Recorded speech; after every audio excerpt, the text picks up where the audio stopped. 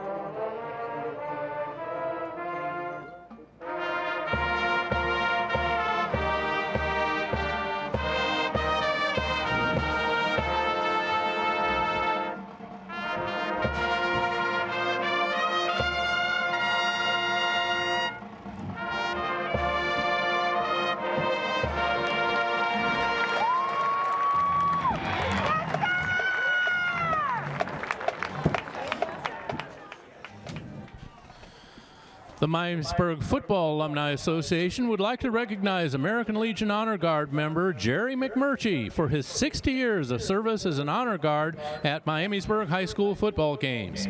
Jerry is a Miamisburg High School alumni, a Korean War veteran, and turned 90 years old on Tuesday. Let's give it up for Jerry McMurtry. All right, hello and welcome to Holland Field as we get ready to kick off the regular season finale here, week 10, as the Springboro Panthers are set to take on the Miamisburg Vikings. Miamisburg won and elected to receive the kick, which you don't really see that much anymore, but maybe they want to get things started going off first. Jared Bergstrom alongside Andy Horton for the call.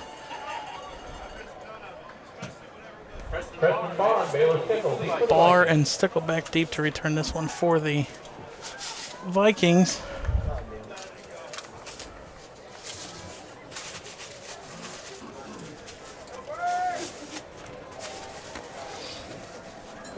You'll have number 27 Vince Fortcamp kicking off for the Panthers.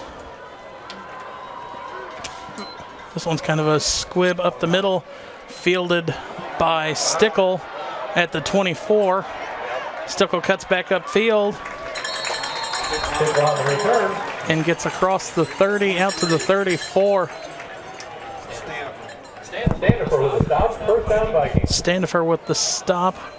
And Andy, why don't you go ahead and introduce us to Springboro real quick. All right, Jared. Well, Springboro, they're coached by Ryan Wilhite. This is his 19th season. This guy's been here, I mean, most of our lives. So the community really knows him. Let's get to the keys of the game. What they're going to have to do, they're going to have to keep their down manageable, which they've done a pretty good job of so far this season. They've converted 41% of their third downs this season. So if they're going to be successful, we're going to have to, like I said, keep their down manageable. The offensive line, they're going to have to do a good job. The offensive line, they've only allowed 6 sacks all season long, so they've done a really nice job of keeping the quarterback clean. On defense, they're going to have to watch out for the quarterback switches. Everyone knows that this Miamisburg team, they have 2 quarterbacks in Preston Barr and Brock Vaughn. They're both very good. They do different things. Each do them, very well. So going to have to watch out for the switch. And then they're going to have to force turnovers. They forced 9 turnovers so far this season. Guys like Aiden Weimer and Silas Cunningham, Wyatt Standifer, all in the mix. They're making big plays for them on defense. So, Jared, what about Miamisburg? What are they going to have to do? On the other side of the ball, they're coached by Lance Schneider. This is his 4th year at the helm for the Vikings, but very successful up at Northmont back in the late 90s, early 2000s. Miamisburg offensively, they're going to have to limit the penalties. I don't know, as you see here, Miamisburg's getting a holding penalty walked off in live screen. They're also going to have to battle of the trenches. Miamisburg's going to have to make holes tonight without having Christian Davis this game and the rest of the season. The Vikings are going to have to make holes for these running backs that don't get a lot of the carries, and now they're being thrown into the position. Defensively, the Vikings are going to have to pressure the quarterbacks. Or pressure the quarterback with. And finally, I mean, Miamisburg's in this situation. They have to win the game to make the playoffs next week. So it's as simple as that. The Vikings have to win the game if they want to continue playing football next week. And as we're going to get back to live screen action in our MVCC game of the week for week number 10, brought to you by Berkshire Hathaway Home Services. And it's going to be a third down here for Miamisburg. 3rd and 12 at the 20, or at the 32. That was Brock Vaughn on the last play completing a pass. I believe it was Baylor Stickle. I think it was, yes. Near the 3rd down marker. Vaughn back to pass. Nice block there by the lineman moving with it. Lineman coming behind him. And that one is incomplete, intended to the sideline. I think that was intended to McGowan. Yes, it was. And it was just far too high. There was nothing the quarterback could really do. Gage Murphy in there on, make that Wyatt Sandifer in there on defense. But you saw that block come back around from number 65, Hunter Todd. If he didn't block that, Sandifer would have laid out Vaughn. Yeah, and Sandifer, he's been a very good player for this Springboro defense all season long. Towards the sideline, goes out of bounds at about the 35. And so the Panthers will get their first possession at the 35. Standifer with the fumble recovery and 2 interceptions this season. So, like I said earlier, he's one of the guys really making his name heard on defense, makes a lot of plays, has 63 tackles coming into tonight's game.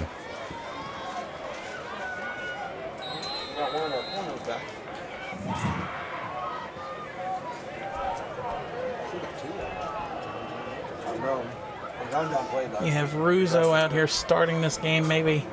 2 wide to the right, 2 to the left. And Russo whips that one in there to number 3. Maxim Butler. And really the only thing I could think about, maybe Russo just maybe trying to stay hot a little bit and maybe get a drive or 2 going, get a touchdown early, and maybe then come out of the game, because you don't want to risk an injury to your starting quarterback that does everything in a game that doesn't really, I mean, every game matters, but a game that doesn't really matter to the Panthers when it goes to seeding. Rizzo's been so good for this team this season. 1,400 passing yards, 16 touchdowns, 6 interceptions, then another 800 rushing yards. Russo whips that one out there to Alan Hopkins. That'll be a first down and move it across midfield. You know, Jared, there's not really that many high school teams where, you know, they have 4 really good wide receivers, but that's what you have in this Springboro team, you know, with Cade Lamb, Peyton Howard, Maxim Butler, and Alan Hopkins. I mean, this is a deep wide receiving core. Well, Jan Yates, he can even get out of the backfield and make some catches. I mean, this team, they got a lot of guys who can make plays. And you see Russo turns around, hands it off to Yates. Yates cuts it back in and maybe gains 2 on the play. And that's a point we talked about last week against Wayne, is Yates tries to dance around too much trying to find a hole instead of taking what little burst he could maybe get through and maybe potentially get a first or a big run. Yeah, I mean, he actually gets that head of steam going. 9 yards a carry on the season. But a lot of the times he just tries to be a little too cute with it on that play. He's able to make Tristan Phineas miss, but then there's enough Vikings a slew of Vikings there to stop him in his tracks. Russo back to pass. He's going to tuck it and run. We'll have the first down. Russo takes a hit but stays on his feet and goes down inside the 30. And then you see there's a shot of the Springboro crew. And Andy, I think that's just about as full as what it is at a normal Springboro game. Yeah, they're definitely excited coming into tonight's game, Jared. There's number 15, Desmond Owens, in there on the stop.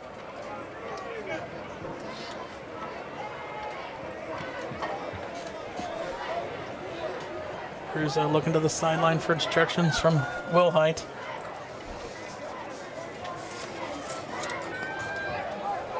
Lamb goes in motion. Ruzo's going to keep this one. Ruzo thought about throwing it, but he's just going to tuck it and get a 2-yard gain on first down.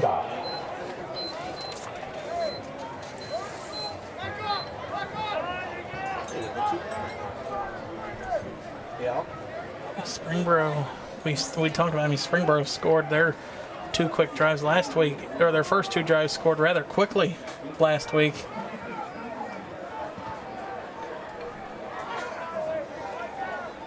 Yeah, and which was a big switch up from what we'd seen from them in our previous games that we watched earlier in the season with them. You know, they've really started slower and then come on in the second half last week. They really flipped the script, and then, you know, they weren't able to get any momentum back in that second half against Wayne.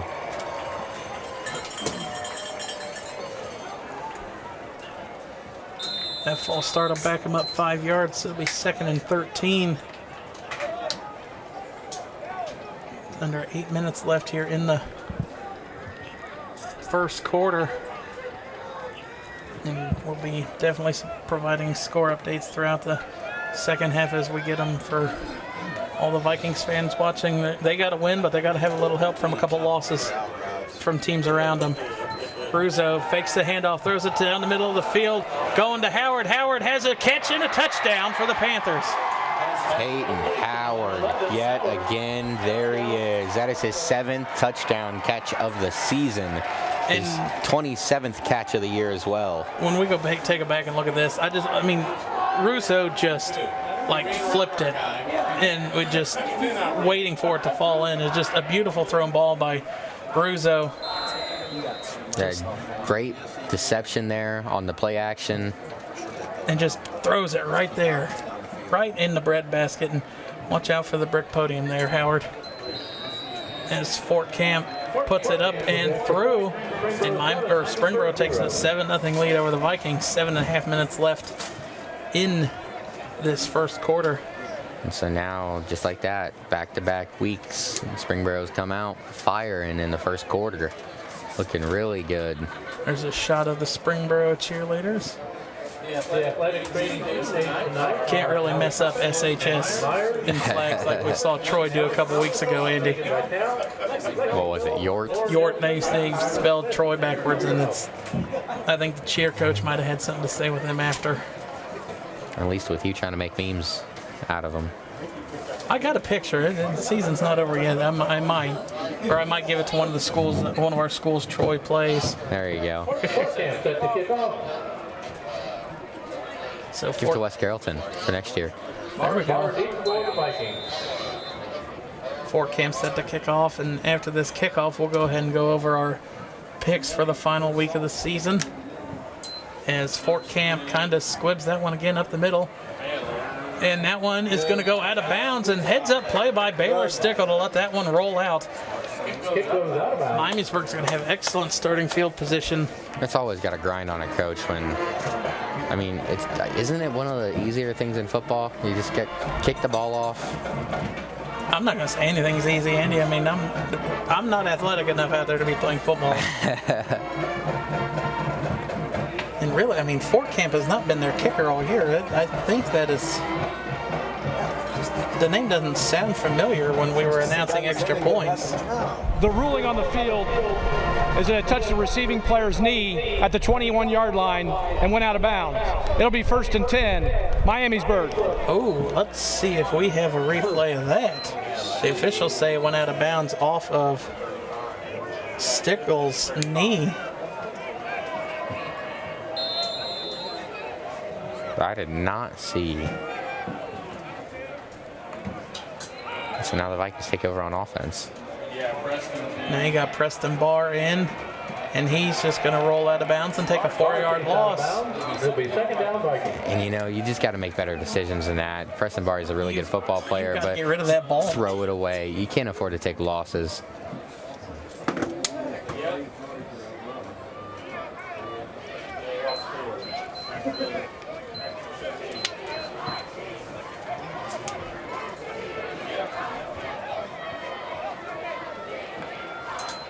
Barr throws a screen pass out here to John Smith.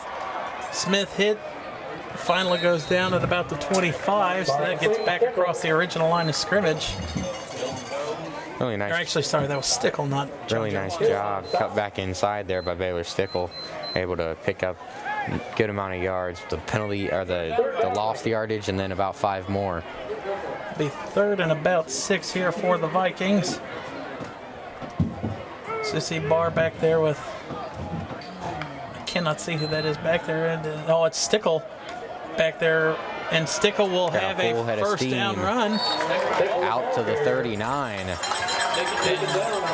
you see a shot of the Miamisburg student section. And you know, they might miss Christian Davis a lot, but having a guy who can step in like Baylor Stickle, over the last couple of years, we've really watched his explosiveness on both sides of the field. You know, he's a great player with the ball in his hands, and then he's a ball hawking safety on the other side of the field. Very fun player to watch. So he drug Zach Wells about 2 or 3 yards with him before he finally had momentum bring him down. Now Barr's going to keep this one, roll to the left. Barr tries to cut back in and is tackled by a swarm of Panthers, and I think number 8 there, Tristan Phoenix, was the first one to make contact. As well as his partner, Silas Cunningham. Gain of about 3 or 4 on the play. Don't shoot yourself in the foot, though. No penalties.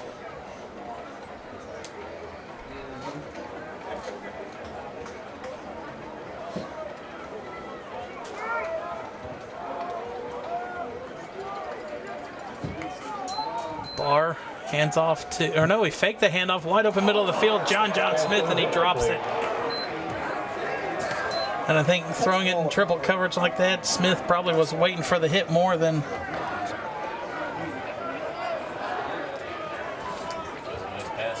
That was actually Connor Smith, my apologies. And he hit him right in the hands, but I think Connor was kind of thinking about the hit that was coming. He got hit twice at the end of that play. Not an easy pass to be able to hang on to. That's going to make it 3rd and 6. And I would say, depending on what you pick up here on first down, or on 3rd down, I think this could be 4-down territory for the Vikings. Yeah, in a game that is a must-win. Barr looking, throws it, flips it over middle of the field, and it is incomplete again. Connor Smith with another drop. And that one is going to haunt him the rest of the night and probably a lot longer. This one he was left on an island out there, and he just could not come up with it. And you can kind of see at the end of the play, the ball hits his hands and he starts to look upfield before he completely secures it. Tough break for the young man. Baylor Stickle back to punt this one. Stickle looked like he barely got that one off, but nice kick inside the 20. We talk about Anthony, or about Rousseau being about Evan Rousseau being a do-it-all type of guy for the Panthers. Baylor Stickle, punter, running back, safety. So that's going to bring the Panthers back out to start their second drive of the game. 5:25 left here in the first quarter. Russo still out there, quarterback.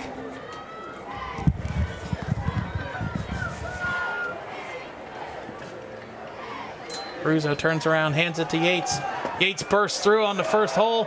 Yates has a first down across the 35. And that right there is what you're talking about, Jared, when he gets going hard downfield. Just going north, just going north. You don't want to go south. Running hard. Huge pickup there. And I would say that's probably one of the best runs we've seen out of him in games that we've covered this year for Springboro. Yeah. See a lot of dancing around in the backfield and at the line of scrimmage he does, which sometimes it makes holes, but you sitting there dancing allows the defense to come up and get you. And here's another handoff for about a gain of 2 on the play. Penrod there for the tackle for the Vikings.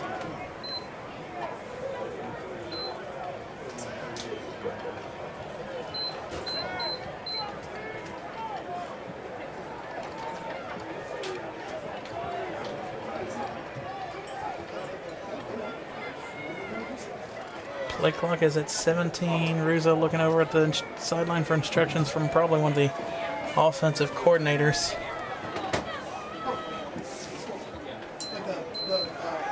Russo throws it out to Lamb. Lamb cuts upfield, has a first down. Still on his feet. Tackle. Lamb broke a tackle, still on his feet along the sideline, pushed out of bounds at about the 10. He's going to be tripped up by Aiden Gillen. Comes all the way across the field and saves the touchdown. Cade Lamb comes into tonight's contest with the most catches on the team, his 42nd of the season. And that right there is an absolutely massive play, going from the 42 down to the other 10. I didn't even see him break that tackle. I thought there was a couple Vikings there. I thought he had it. Russo keeps the handoff, and Russo goes right up the middle, and momentum stopped at about the 5 or 6. And before that last play, Cade Lamb's long was 38. That one is 48.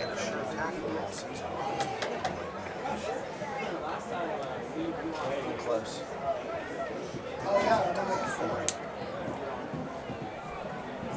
Yeah, that's how you're trying to count. They were at the other 42, Jared.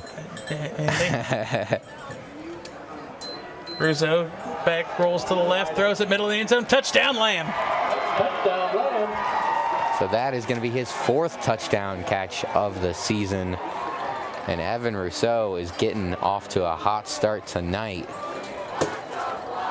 Does he have an incompletion? I was just thinking think the same thing, Jared. I'm pretty sure he is 100%.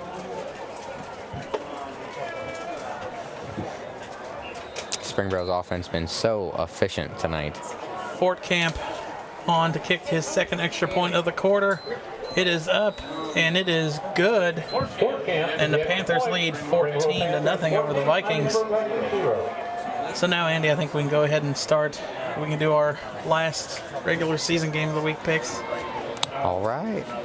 So we've got coming into this game, we've got the West Carrollton Pirates taking on the Fairborn Skyhawks. So you want to get it started or me? I will go ahead and I will pick the Pirates to get their first win of the season and the last game of the season. Well, I've lost track of how many times I picked them this year. And I think that tells you who I'm picking again. I'm sticking with them. With the Pirates. I'll go down with the ship. All right, next, Andy, we got the Oakwood Lumberjacks taking on, I believe, the Middletown Madison Rams. Yes, I believe they are the Rams. I'm going to have to go with the Lumberjacks. Stephen Louderback leading the league, the swivel in passing this season. I'm going to go ahead and I'm going to side with the Lumberjacks as well. I think mathematically they still had a chance with a lot of help to get into the playoffs. So with a win, it'll put them in better position. They just need a lot of help with the losses with them as well. Andy, next we've got the Bellbrook Golden Eagles taking on the Valley View Spartans. All right, well, Baylor Stickle takes this return up the middle to about the 38-yard line. I've been tossing back and forth on this one, Jared. This is a tough game because when we watched Bellbrook earlier this season, they played really well. That wing T Russian attack has been so effective. But I also really love this Spartans team with Jacob Clark and Cade Henson. If you wanted to make it a little bit harder, the winner of this game wins the swivel. Oh yeah, I was thinking that they were they had a tied record. 8-1 on the season. I'm leaning Bellbrook, but I got to go with the Spartans, man. I really like Cade Henson. He's going to play college football one day somewhere. He's going to impress a lot of people, so I gotta go with the Spartans. 5 yards. First down. So you hear the referee calling a false start. I guess I'll be devil's advocate and I'll take the Eagles. I just, like you said, I think that rushing offense is too strong. And Bellbrook they're putting points on almost everybody that they're playing the rest of the since we've seen them week 2. Not going to say it's going to be a runaway for either team, but I think that'll probably be a single possession down there in Valley View. One of those games where the last team to touch the ball will likely be the victor. Vaughn, middle of the field, passes caught and hold on by. And there he goes. Number 21, Hunter Durr. Hunter Durr downs inside the 20 and flips the field position. Down to the 19, and he's going to give Aiden Weimer a little piece of his mind on that one at the end of the play. See, left wide open, breaks the tackle there by number 7, Caleb Murphy. And there you see he lowers the shoulder and wisely covers up the ball when 3 people got up on him. Now, Andy, this will be an interesting one. We've got the Wayne Warriors and the Centerville Elks. You know, Centerville, they pulled off a game that I wasn't sure they were going to be able to pull off last week without Drake Wells. Here's Barr in motion. Barr going to tuck it and run and get out of bounds for about a gain of 2. And I don't know if they're going to be able to do it again this week.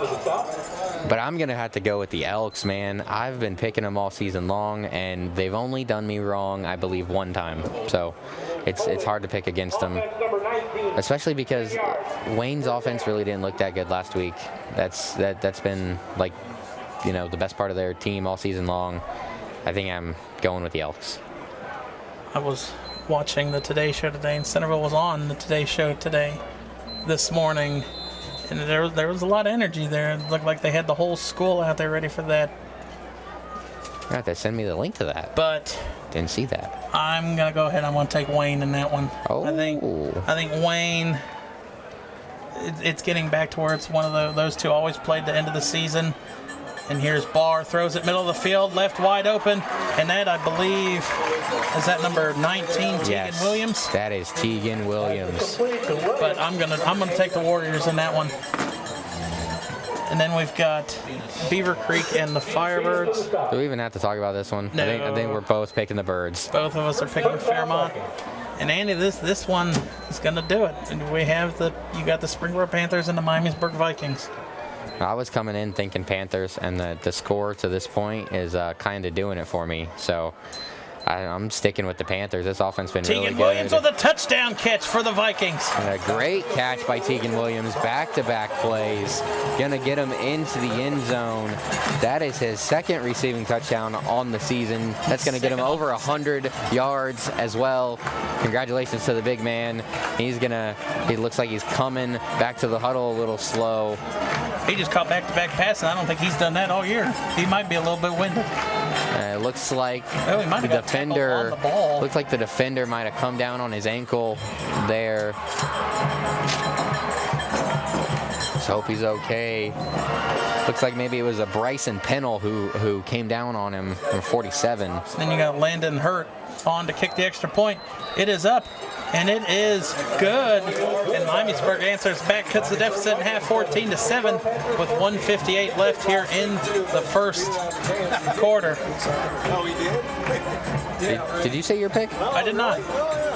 I think Tegan Williams kind of helped me make my pick. Miamisburg has to win this game to play next week in the playoffs, and I'm going to stick with the Vikings. I'm going to pick the Vikings to win this one. All right, well, we shall see, Jared. Now I guess it's time to go start looking for scores. So Tegan Williams cuts the deficit in half on about a 7-yard pass from Preston Barr, but it all was made possible by about that 60-yard catch by Hunter Durr. No, I haven't either.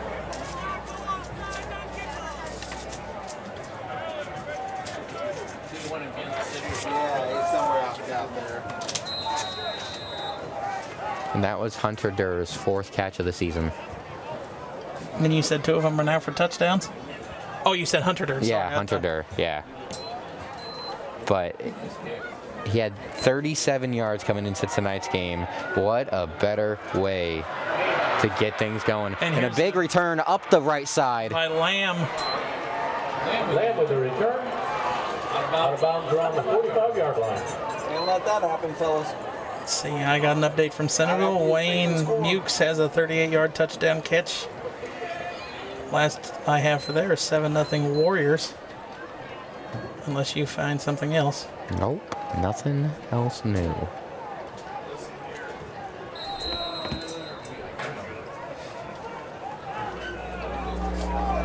A stop.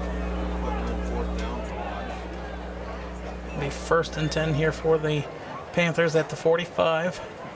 This is their 3rd possession of the game of the quarter. Russo hands off to Yates. No, Yates kept it.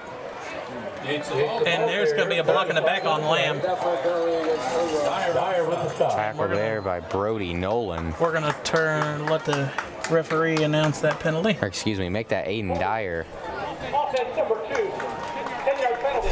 First down.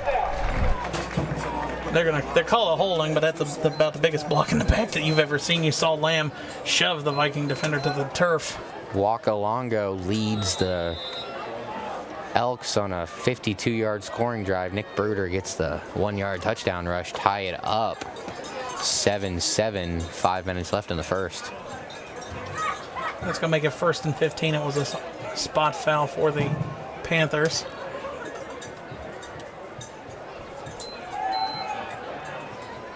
Russo, pump fake, throws the middle of the field, and it is hauled incomplete. Lamb Cade Lamb. might have been behind in the way. And one of the times that Russo doesn't tuck it and run. That does not happen often. Cade Lamb is a very sure-handed wide receiver.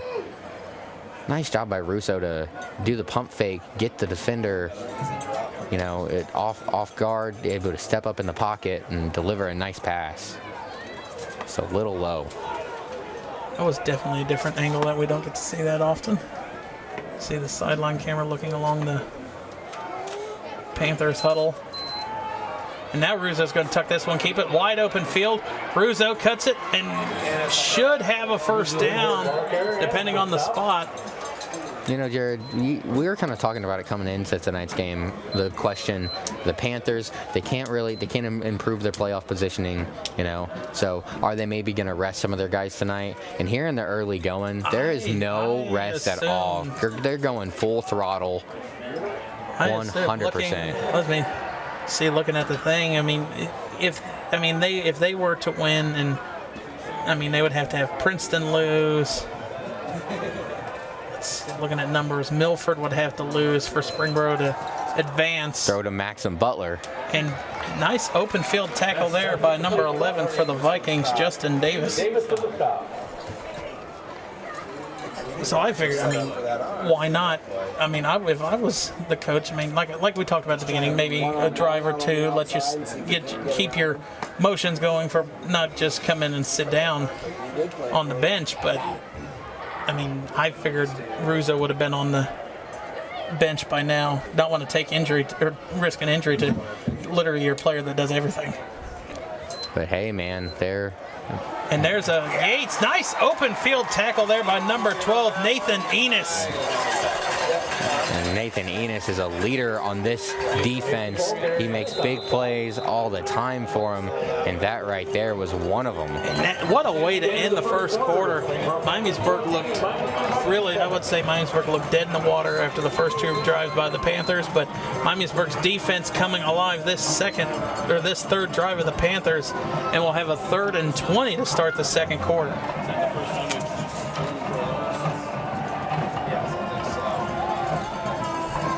But we'll talk about playoff standings throughout the rest of the half, more or less once we have scores at halftime to talk about. But a lot of our schools that we cover in playoffs are already clinched. Centerville, Springboro, Fairmont, Valley View have all clinched. Oakwood has to win, and some stuff has to happen for them. Miamisburg has to win, and let me see if I can see what. And if they could have Northmont lose, Findlay lose, that would help them out, especially when Miamisburg handled Northmont earlier this season. And then you've got, like we talked about, Valley View down in Division 4. They clinched a home field game, and I think they could actually clinch the number 1 seed if they beat Bellbrook. Illegal substitution on the defense. 12 men in formation when the snap is imminent. 5 yards, 3rd down. And just like that, we talked about limiting the penalties for the Vikings, and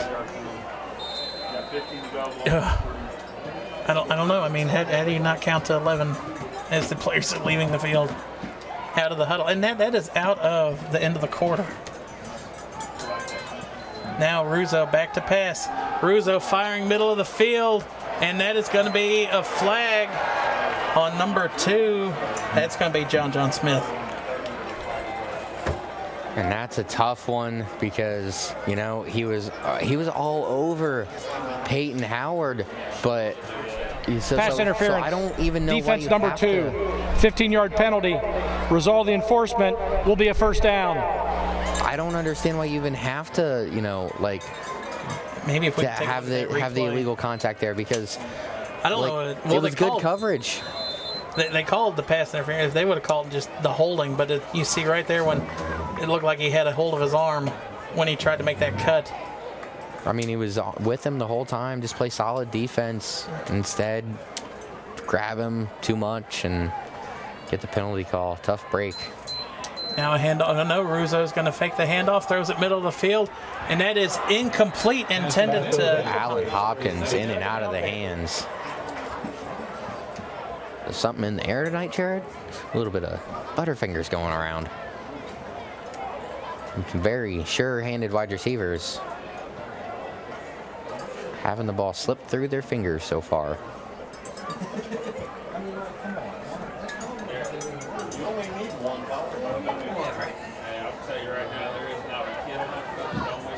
It's going to be 2nd and 10 at the 25. Update from Roush, 14-0, Fairmont. Ruzo back to pass, directing traffic. Ruzo throws it. I believe that is Lamb. That is Butler. Butler, yeah. Davis with the stop. And that is for, looks like a loss of about 4 or 5. And you see that Ruzo. They should have just batted it down. Really nice job by big number 75 getting in the backfield. I don't have a 75, so. Yeah. This is going to be 3rd and 15 now. If you're Lance Schneider, tell him don't touch the receiver. I mean, you had him 3rd and 15 the last time and had a defensive pass interference. Ruzo throws it middle of the field, and that is incomplete. And I think that might have been miscommunication between him and, or it might have been tipped. But it would look like it was intended to Lamb. Whoever it was intended to, definitely not on the same page right there. The Springboro offense is going to head to the sideline. And they're going to punt it away.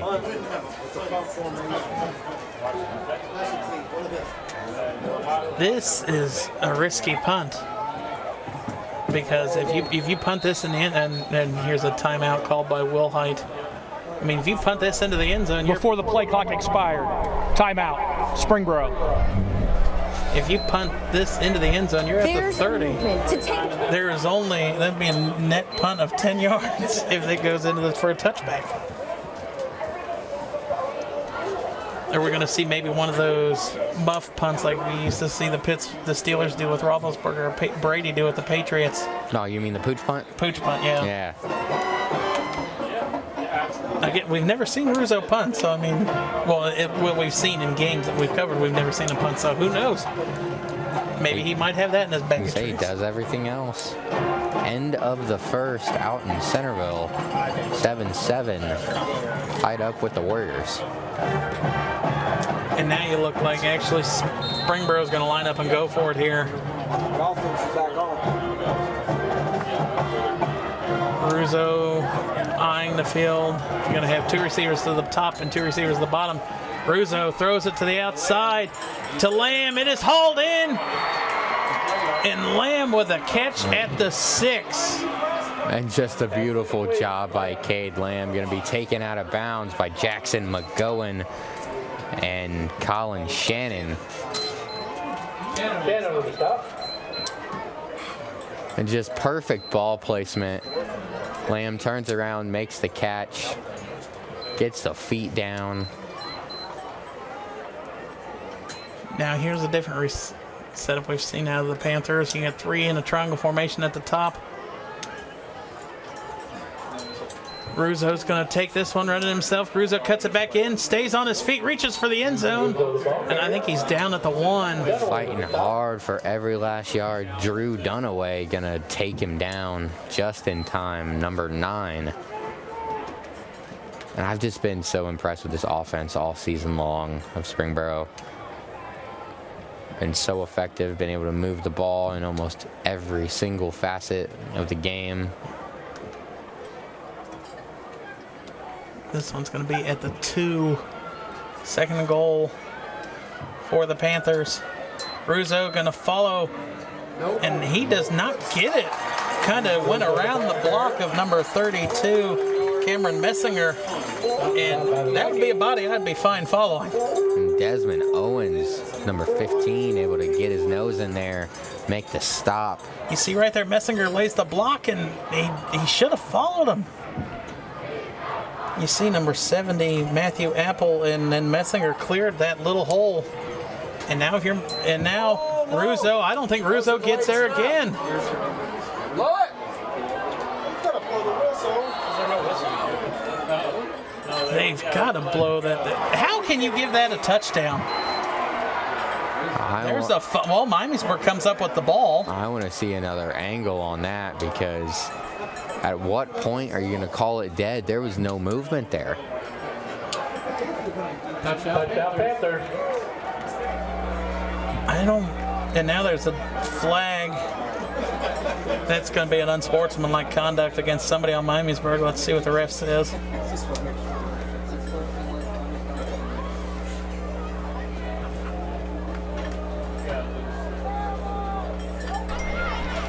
After the play, unsportsmanlike conduct, number 9 of the defense, half the distance, we'll try. There's an unsportsmanlike conduct against Drew Dunaway. But I want to take a look at the replay of the touchdown again, because you cannot. Right there, the forward momentum is stopped before the pile is even pushed.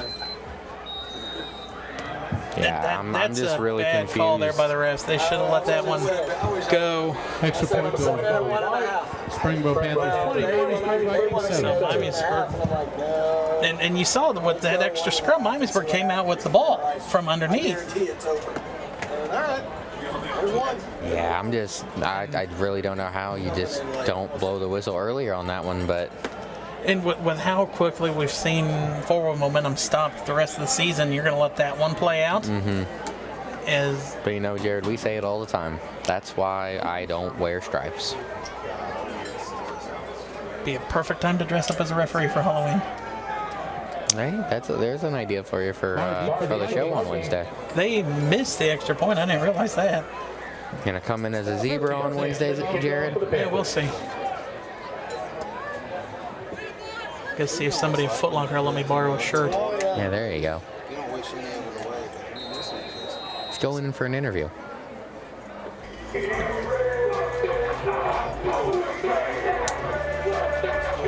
And that penalty's going to push the ball up to the 40.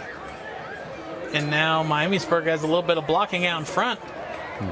Leave that Stickle again. Quickly, Stickle corralled by a bunch of Panthers. Okay, you got number 45 there for Springboro. Jackson Tully, number 9. First down Vikings. Benham Kraus as well. You just see Stickle, the power. He just keeps He fighting. got hit and still managed to get about 2 more yards. You were just so sure. They were all standing on 38.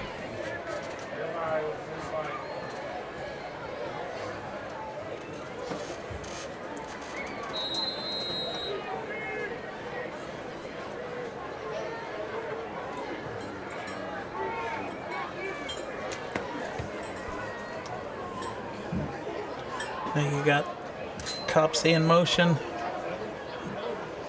Barr throwing it deep to McGowan. McGowan couldn't come up with a catch, and there's no flag on that. I mean, if you're going to call the one on Howard or Lamb earlier, you've got to call that one. I don't know. I think the defender was in pretty good position. See what we got on the replay. Yeah, it kind of looked like McGowan there was the one playing defense, trying to break that one up. I like the call. You're just saying that because you picked Springboro. No. And if you're Miamisburg, you got to get McGowan his looks. I mean, he's going to the University of Cincinnati next year. You've got to give him his looks. And there was an incomplete pass to Copsey. That one just too far behind him. And he rifled that one in there. I don't think it needed to come out of his grip like that. Yeah, Jared, but I completely agree with you. You know, I don't know what's been going on, but like you said, he's going to University of Cincinnati. He has 41 catches on the season. It's only about 4 a game, a little more than 4 a game.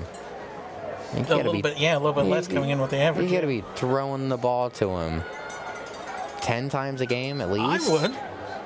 Barr throwing deep middle of the field, and that one is hauled in right at the line, I believe. Is that Connor Smith? That is. No, that's Copsey. Yeah, they both did. And they're going to give him the first down. Very close. Kind of surprised they don't want to measure it. Well, they can't now because the chains moved. Right. So I think that one, is past it. Not the perfect heads-on angle, but what a catch there by Copsey. See, he holds on through that Cunningham hit.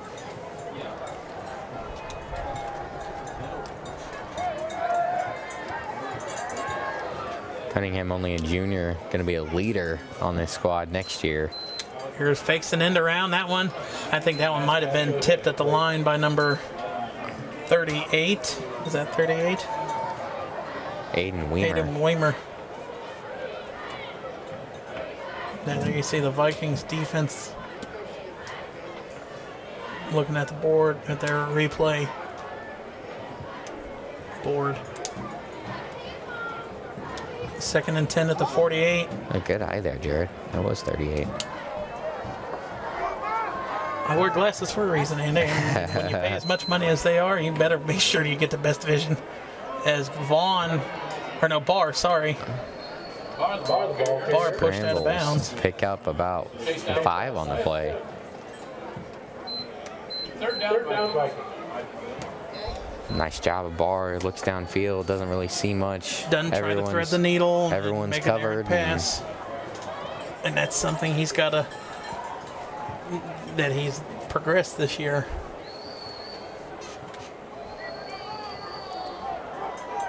Third and 5 here at the 47 for Miamisburg.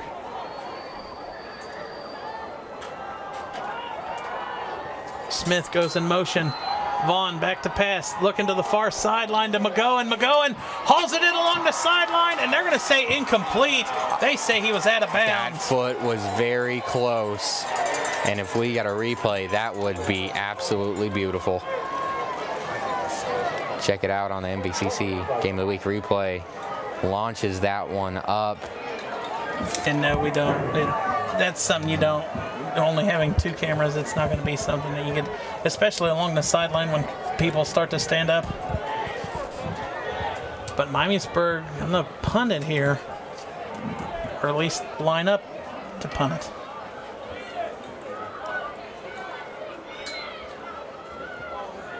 And that one is Stickle's going to get blocked. That one's going to be picked up, and a fumble on the ground, loose ball back. And the refs are saying that the Springboro guy was down, and you've got to be kidding me. I mean, this is the worst officiating crew I've seen all season. I want another look at this. Okay, yeah, I mean, he's down. That was quick, but Was he? One of those. Connor Smith able to get his nose out there, scoop that one up, and that's why you're told to, when you get it, fall down. Don't want to try and turn that one over. And you know, and that one would have been huge because it would have went back to the Vikings. Sometimes those rugby punts can be a bad idea. You know, Baylor Stickle hangs on that one a little too long. Russo scrambles. Russo has the first down inside the 15, and Baylor Stickle gets in there ferociously. He's done everything he can all year that we've seen, but with how long he held onto that ball, I'm not going to say that it wasn't maybe a Baylor Stickle try and run for it, because they normally don't have 3 people back there blocking. I think maybe he may have like messed up his footing and got his steps wrong and.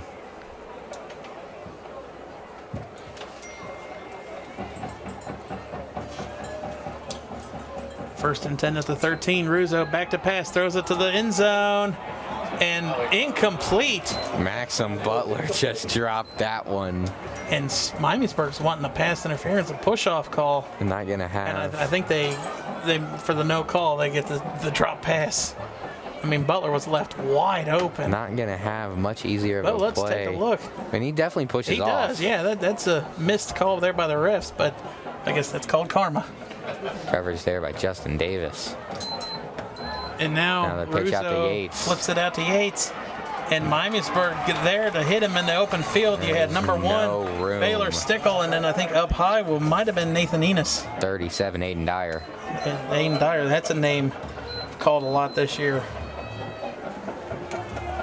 Team's second leading tackler comes into the night with 49. That's his 5th tackle for loss on the season.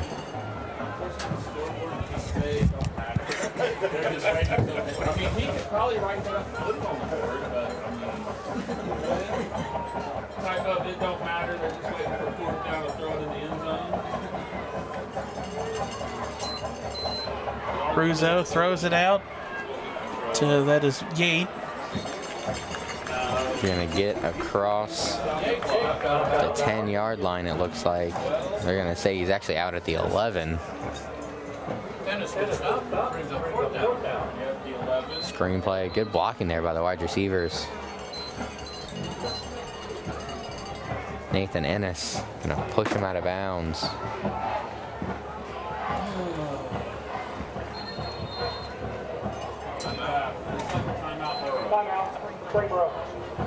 Charge timeout of the half. Burrow takes their 2nd timeout of the half.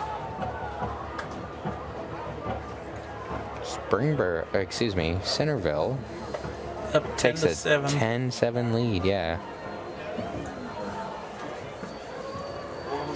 Last update, 7 minutes left in the half.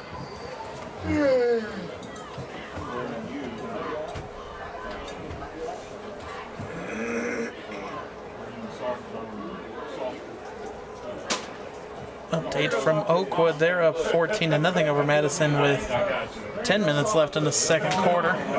So Oakwood trying to keep their playoff hopes alive. 4th and 8 here for the Panthers, and Miamisburg needs to get a stop here. Somebody might want to match up with number 2. Just saying. Just saying. Got a bunch formation down here at the bottom of the screen. Russo. There he goes. And there's Russo, stays up and incomplete. And Miamisburg forces a turnover on downs. And that one was going. I think that was going to Peyton Howard. He was open in the back middle of the end zone, but the defense is able to get there just in time. Oh, he was wide open. The Viking defense did not have enough players on that side of the field, and just lucky that they were not exploited on that one. So now Miamisburg has to take advantages. They have to go down and at least get some sort of points on this. You see the ship in full effect tonight and a blackout. Doesn't make sense. Miamisburg's colors are not black. As here's a handoff to Copsey. Copsey trying to make a man miss and might have gained 3 on the play. I mean, Bengals colors aren't white, but we had a whiteout earlier this season, so. Okay, but that jersey was cool. If Miamisburg had a black jersey to wear for a blackout, I would have say so, but why not go for a blue out? Don't they have black basketball jerseys? No, Springboro does. Oh, okay. Yeah. Wrong team. And that's if teams don't change jerseys every year like they have been. Now you see Vaughn back in there to pass, throws it to McGowan. That's his first catch of the game across the 20, and that'll be enough for a first down. Out to the 24. They're going to need a healthy helping of Jackson McGowan the rest of the game if they're going to come back and have a chance at this one. I don't think it's them not. I mean, it's them not throwing it to him. Like you said, that's his first catch of the game. He's only been targeted twice before that. I think it's something that they might have to go to until you can stop the big man. I mean, there's a reason he's going to Cincinnati. No one here can stop him. There's a handoff to Stickle to the outside. Stickle has a whole burst through, and he'll be close to a first down, but it'll be a gain about 9. And I love that kid so much. He is so much fun to watch. Such a good football player, powerful runner, great with the ball in his hands. Only 7 rushes for 59 yards coming into tonight's game, but that is 8.5 yards a carry. And he picked up 9 on that one. So he's keeping with it.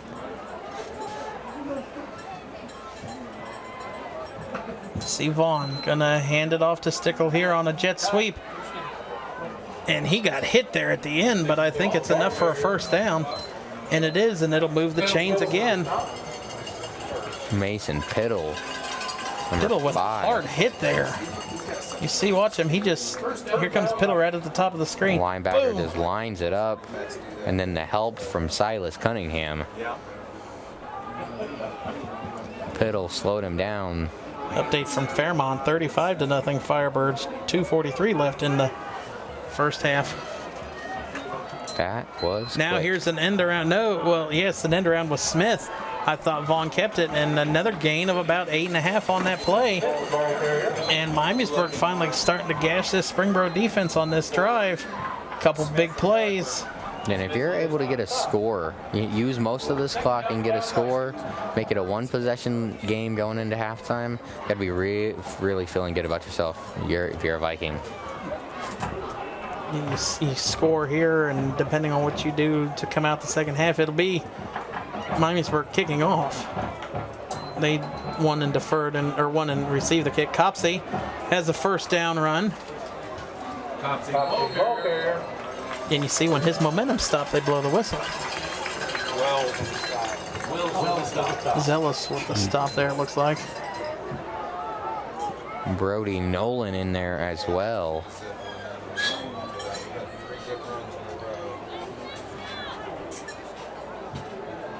So Miamisburg getting it done on the ground. Depending on what the defense looks like, do you pull out a pass?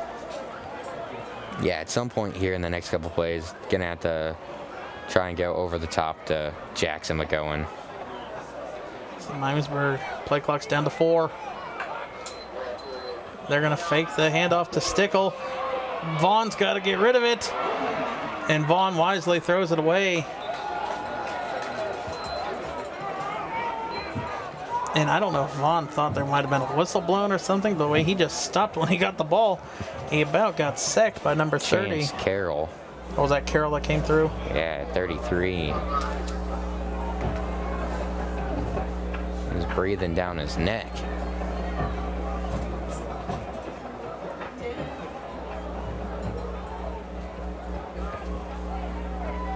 So it'll be 2nd and 10 at the 49. Copsey goes in motion to the top of the screen. He stays in motion.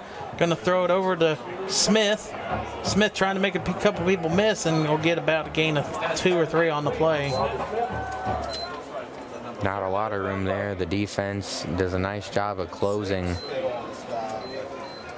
And with how Copsey went out, I thought more people would have went out with him, but defense saw it and Good block there crashed down on by, it.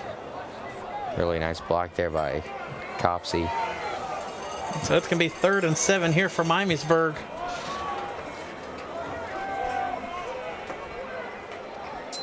Vaughn back to pass.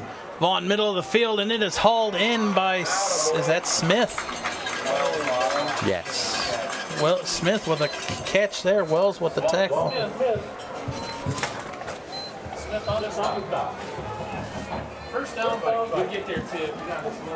See here, look at this. Vaughn stays in the pocket.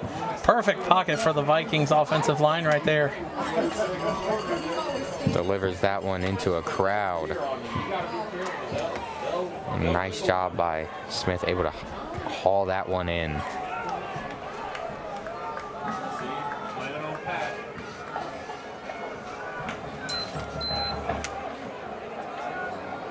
Vaughn keeps that one. And you saw there number 32, Messinger, read that one beautifully. Along with Ryan.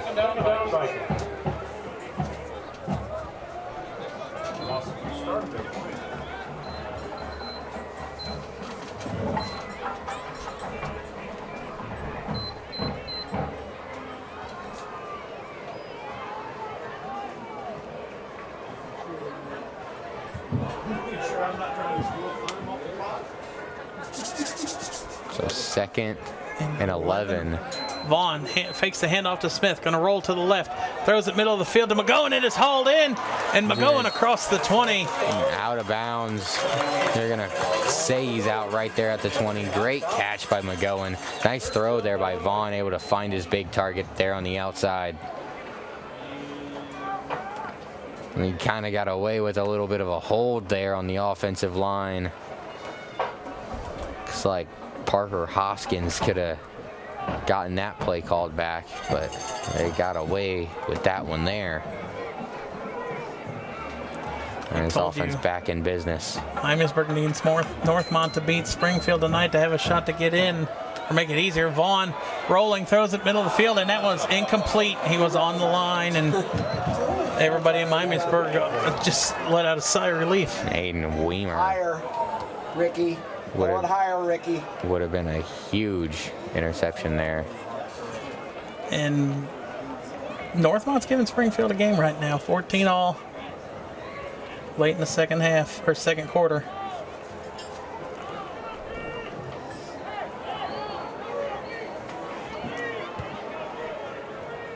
See there.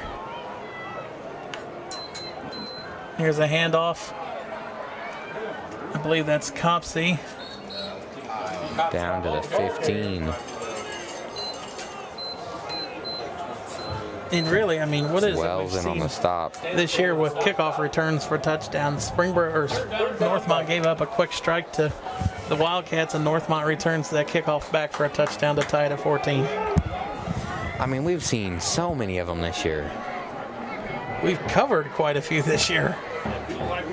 And we talked about it earlier in the season. We had, what, one coming into the season? Yeah, as there's a nice juggling catch there by McGowan, and that's enough for a first down by a yard. Upwards of 4 or 5?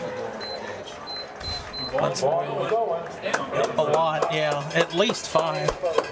And that's a timeout by Miamisburg with 52 seconds left. And we talked about taking time off the clock, and Miamisburg has got it under a minute. Oh, nice job there by McGowan. Kind of bobbled it. Was able to do a nice job hauling that one back in. Wyatt Standifer in on the coverage. He's done a really nice job tonight, keeping McGowan quiet most of the night. 937-847-8176. So with Miamisburg, all that you've got to do on this drive, you have to punch it in. You've got to get 7 here if you're the Vikings. Yeah, you got 4 plays, got a whole minute.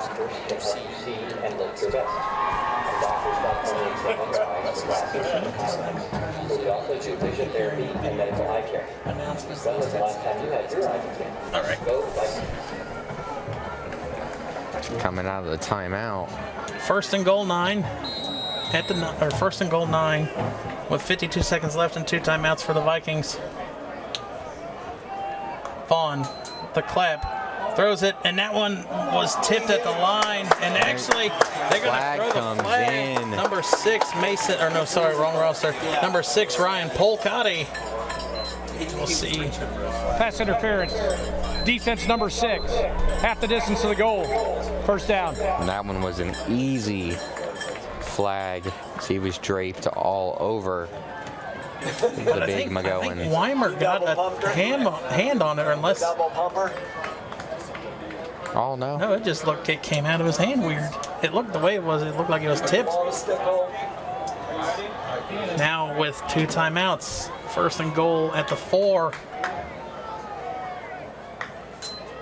Here's a handoff. Stickle gets the carry. Stickle up.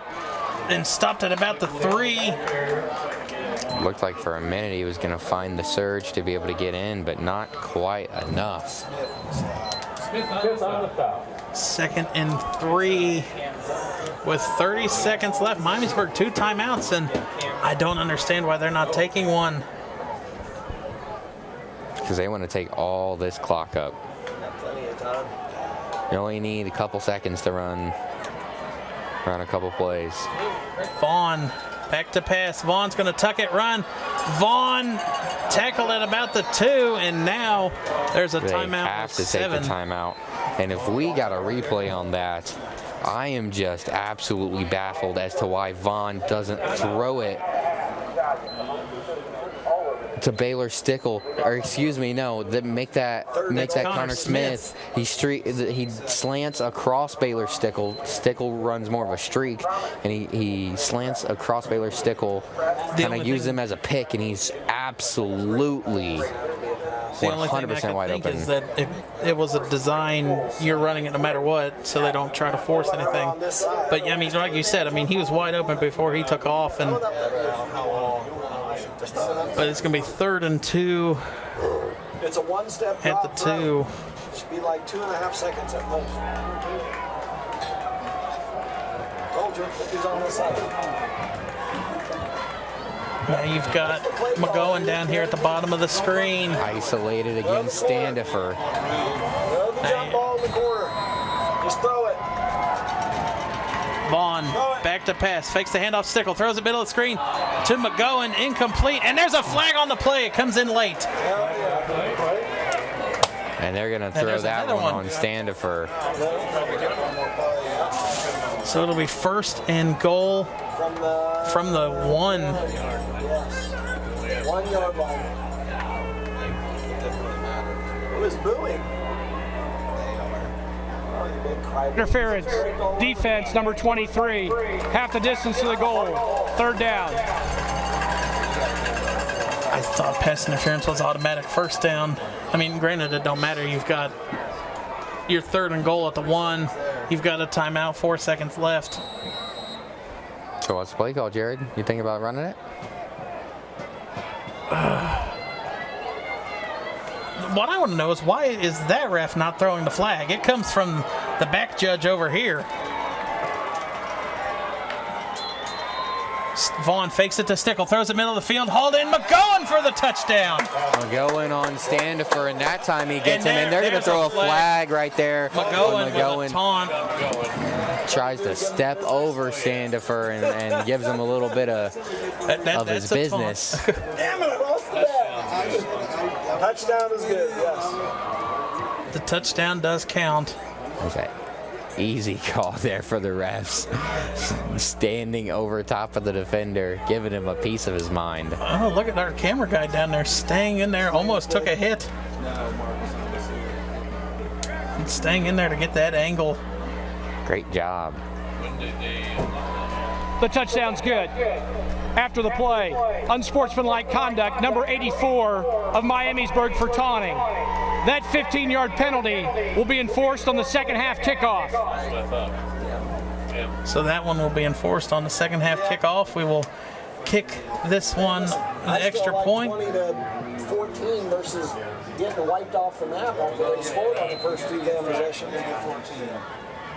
So you're going to have number 17 here, Landon Hurt, on to kick the extra point to put this at a 6-point lead.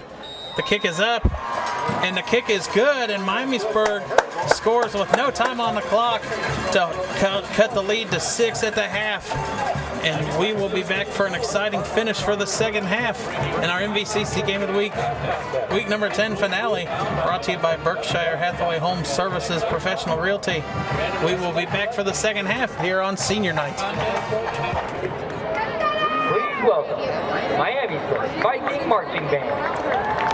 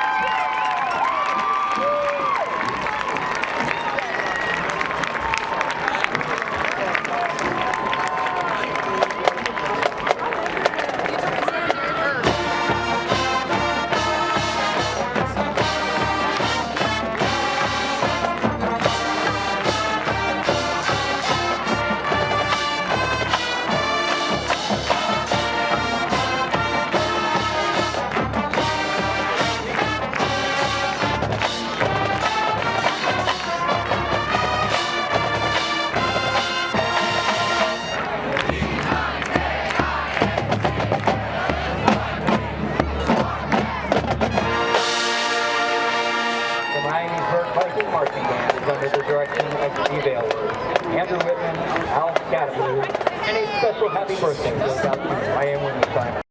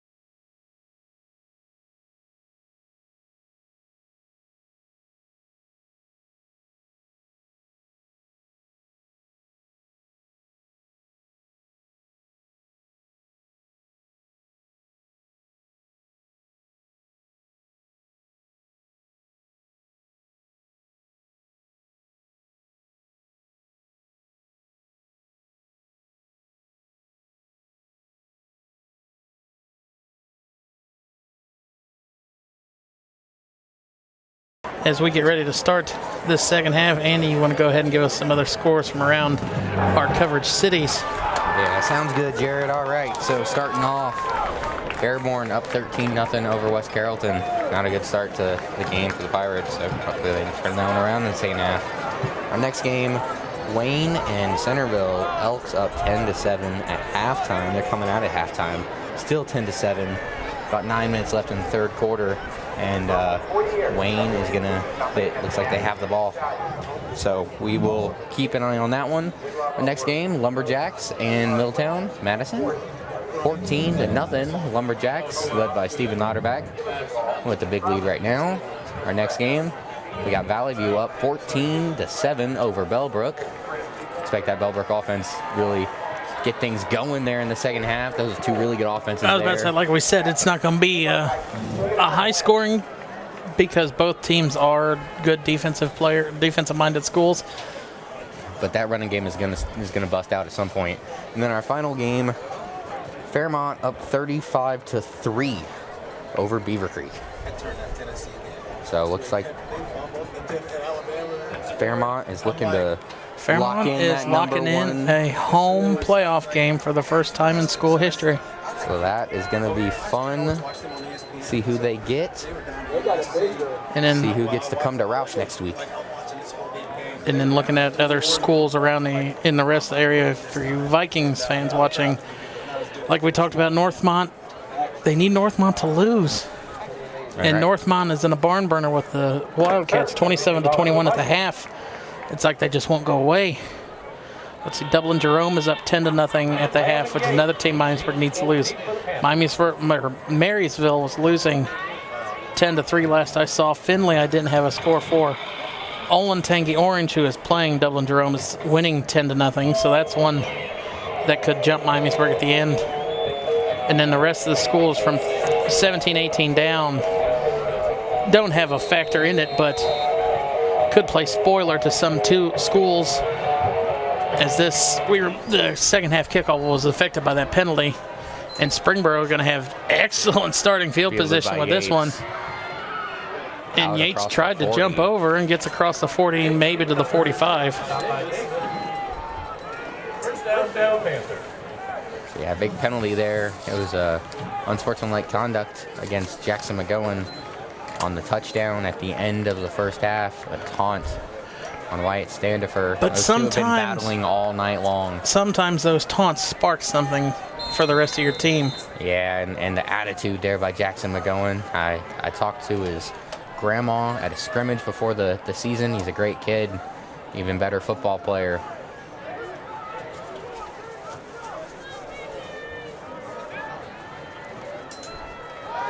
Russo back to pass, throws it down here to Lamb, and Lamb drops it.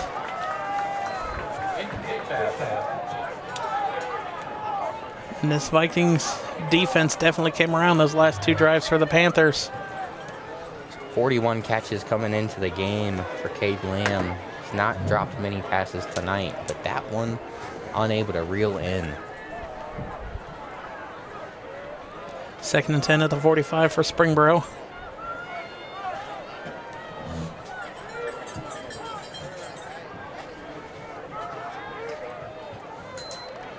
Going to be a handoff to Yates. Yates powers through, spun around for about another gain of 2 after. Peyton Hoskins in on the stop, number 32. There's a shot of the Miamisburg student section. 3rd down, you think they'd be a little bit more amped up. And this is one of the keys to the game, Jared. Getting off the field on 3rd down defensively here for Miamisburg. And for the Panthers, keep it manageable. I don't know if you'd call 3rd and 8 manageable. That's a tough 3rd and 8. We will see if they can pick it up. 2 wide receivers to each side. Russo, 2-step drop. Russo hit in the backfield, and I believe that was Aiden Dyer. That was Peyton Hoskins. Hoskins. 32, big time pressure there. Comes around the edge, and the left tackle, no match that time for the big man. Xander Pierce, 57, does everything he can, but Dyer just left him in the dust that time.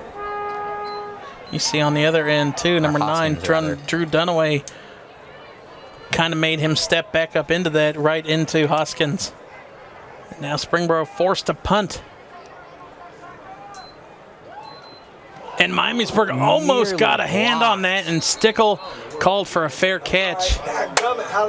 Oh my goodness, I don't see how the punter got that one off. It was actually Connor Smith. Oh, that was Connor back there fielding? On the fair catch, and I'm right there He got that one in a hurry. I mean, that ball. I think that one might have gone through the hands of the defender when he tried to block that. I mean, because there was no room there. So now Miamisburg, first possession of the second half. You see over the shoulder look there of Lance Snyder, the coach. Miamisburg 1 touchdown and an extra point from taking the lead. Barr back to pass, throws it to McGowan. McGowan trying to rip off a tackler. And you know, there was not a lot of Jackson McGowan in the first quarter. In the I'd say about the first quarter and a half. They got it working there in the second quarter, and then now going to him on the first play of the 3rd quarter. That last drive is really where he started to get his targets. When you got a guy like him, you just got to continue to go to him. He's such a great playmaker. It was a gain of 7 on the play. Now he's going to go in motion. McGowan gets the handoff on an end around. McGowan has the first down. And Jackson McGowan. Not really been a predominant runner this year, but he has had a couple. Listed at 6'5", 220.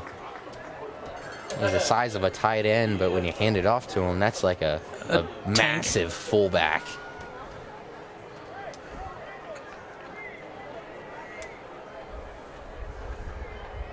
Ball on the 42. Handoff around the edge. Looks like that's Copsey. Copsey with a good cut. up to the 50. That's when he gets to the middle of the field. He And stops. Cunningham and Phineas in on the stop. You see a shot of the Vikings defense there, looking at what they did excellent that last possession for the. You see right there, what an excellent Really cut nice by Drew to job come by back in. McGowan. And you're right, McGowan sealing that block. Tristan Phineas was trying to get the outside edge. And Now here's an did a end around with nice job sealing Stickle. it. Stickle has the first down. Spin moves across the 45. And Still keeps on his fighting. feet. And that is just what I love about that kid so much. He leaves every single ounce out there on the field. He's a hard fighter, just a tough football player in every sense of the word.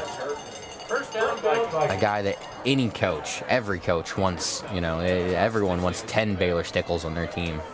The passion and the energy that he plays with.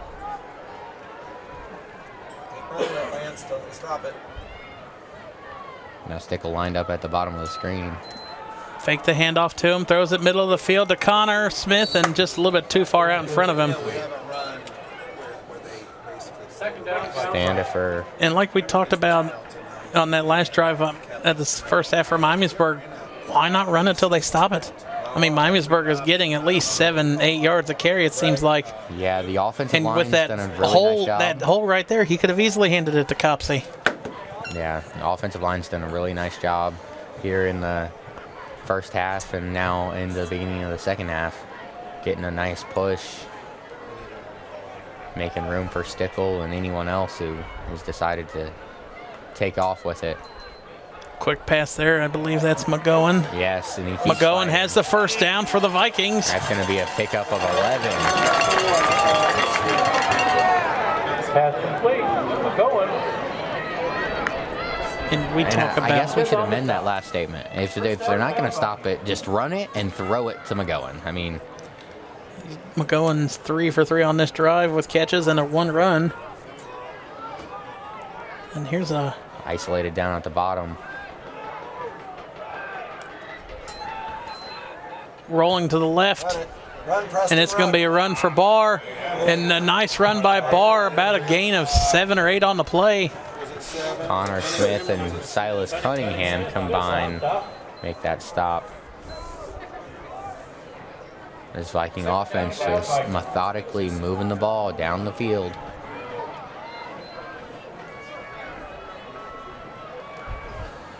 And you want to talk about putting pressure. I mean, Miamisburg last year was kind of put in the same situation, playing Springfield the last week of the season. Had to win, make the playoffs, and they upset the Wildcats last year. And here, nice turnaround by Copsey. Nice block by Barr.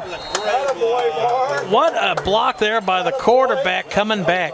And you always say you're not supposed to turn back and try and reverse fields because that you get just yourself picked up a first down. Get yourself in a lot of trouble. But that time it definitely works.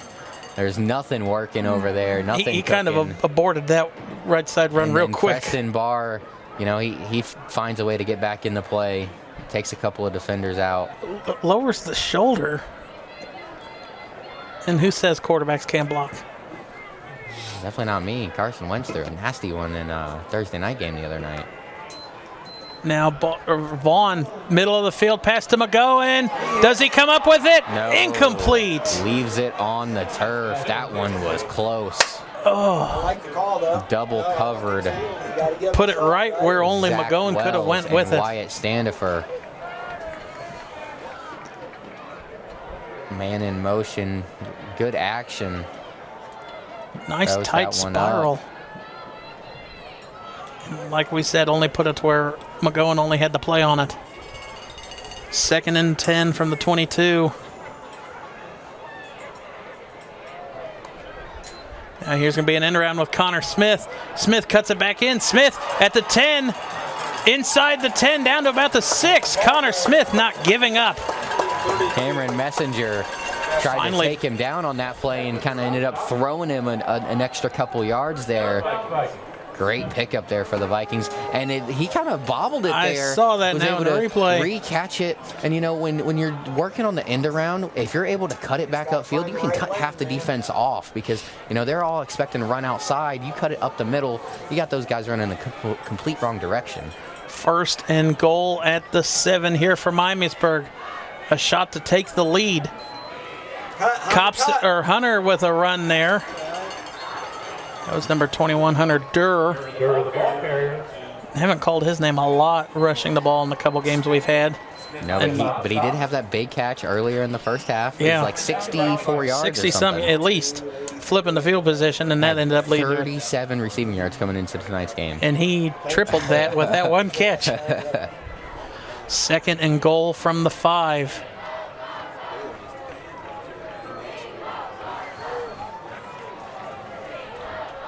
McGowan and Smith to the top of your screen.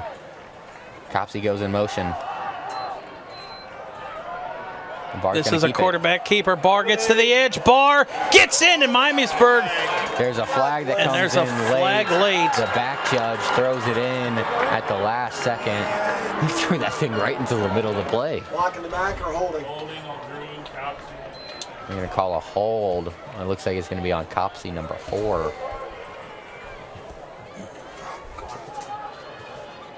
That one's gonna hurt.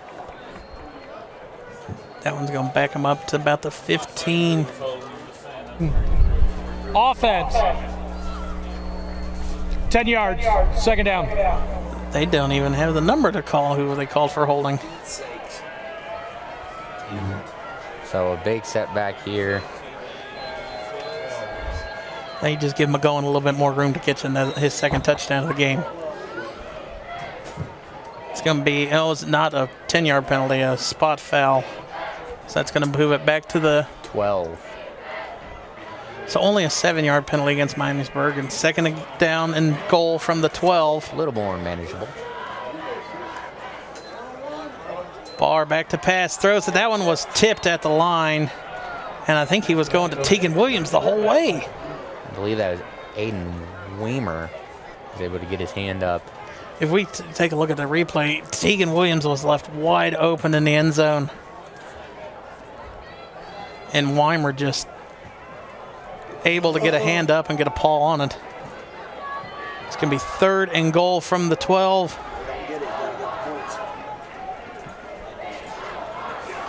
McGowan all the way out on the side, all by himself. Barr back to step. Barr hit in the backfield and brought down by number 38 of the Panthers. That is Weimer. And there's just not enough time there for Barr. The offensive line done a really nice job tonight, but that time just too quick. Weimer comes right through. Goes right through the attempted block by number 56, Tyler Pennington. And this is, I agree with this call. You got to take the points. You got to keep yourself in this game. Landon Hurt on to attempt a 37-yard field goal. Kick is up on the way, and it is good as you saw the ball come across our field camera, and Hurt cuts the lead in half again to 3. That one might have been good from 40, 45, Jared. Nice kick. And that sack right there was number 6 on the season for Aiden Weimer. And Jared, would you believe me if I told you he is only a sophomore? No. We have a lot more football to watch of that young man.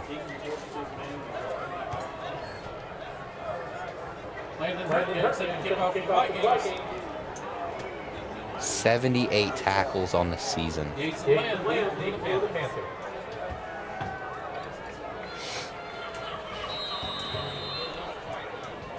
on, kid. Big kick again. Put some foot into it. Hey, why did he miss a couple weeks ago? What was wrong? And that one fielded, that one's kicked into the end zone and Hurt with a touchback. That's a pretty quick kicker, don't you think? And about 6 minutes ago, Elks drive the ball 80 yards, 2-yard touchdown pass. Bryce Cowgill. 17-7. Elks with the lead. 5:22 remaining in the third. So nice start there to the second half for Centerville.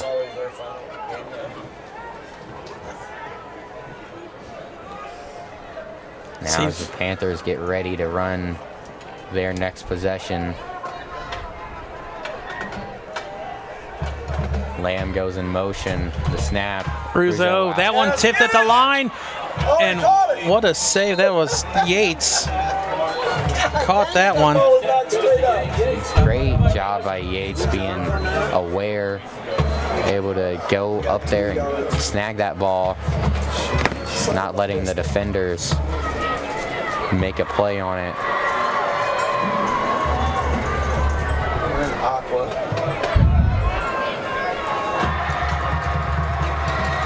So it's going to be 2nd and 8 at the 32, 4 minutes remaining. Left.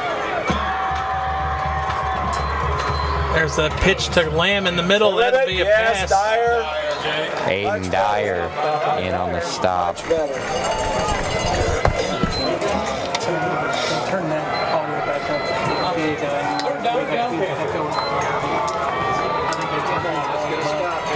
Let the quarterback get loose. Yeah, exactly. Do not let the quarterback get loose. Do not let those linemen get second level blocks. 3rd and 5 here. This could be one of the biggest plays of the game here if you're Miamisburg defensively. I'm the Vikings. I think you got to have a spy. Russo throwing it to the outside and incomplete. No flag on the play. The Springboro fans are looking for a flag, but I like the no call. The two guys, their feet just got tangled up, and I mean, that's just good football. I don't even know if their feet got tangled up. I think Lamb just tripped.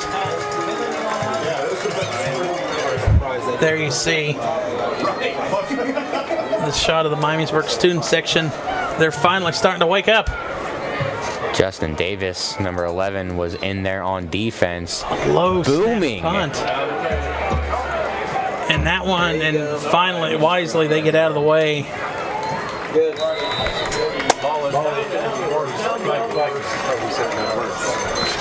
That ball might have gone up as high as the lights. And you saw it, it kind of looked like, I don't know if that was Connor Smith or Stickle back there returning, but he got lost.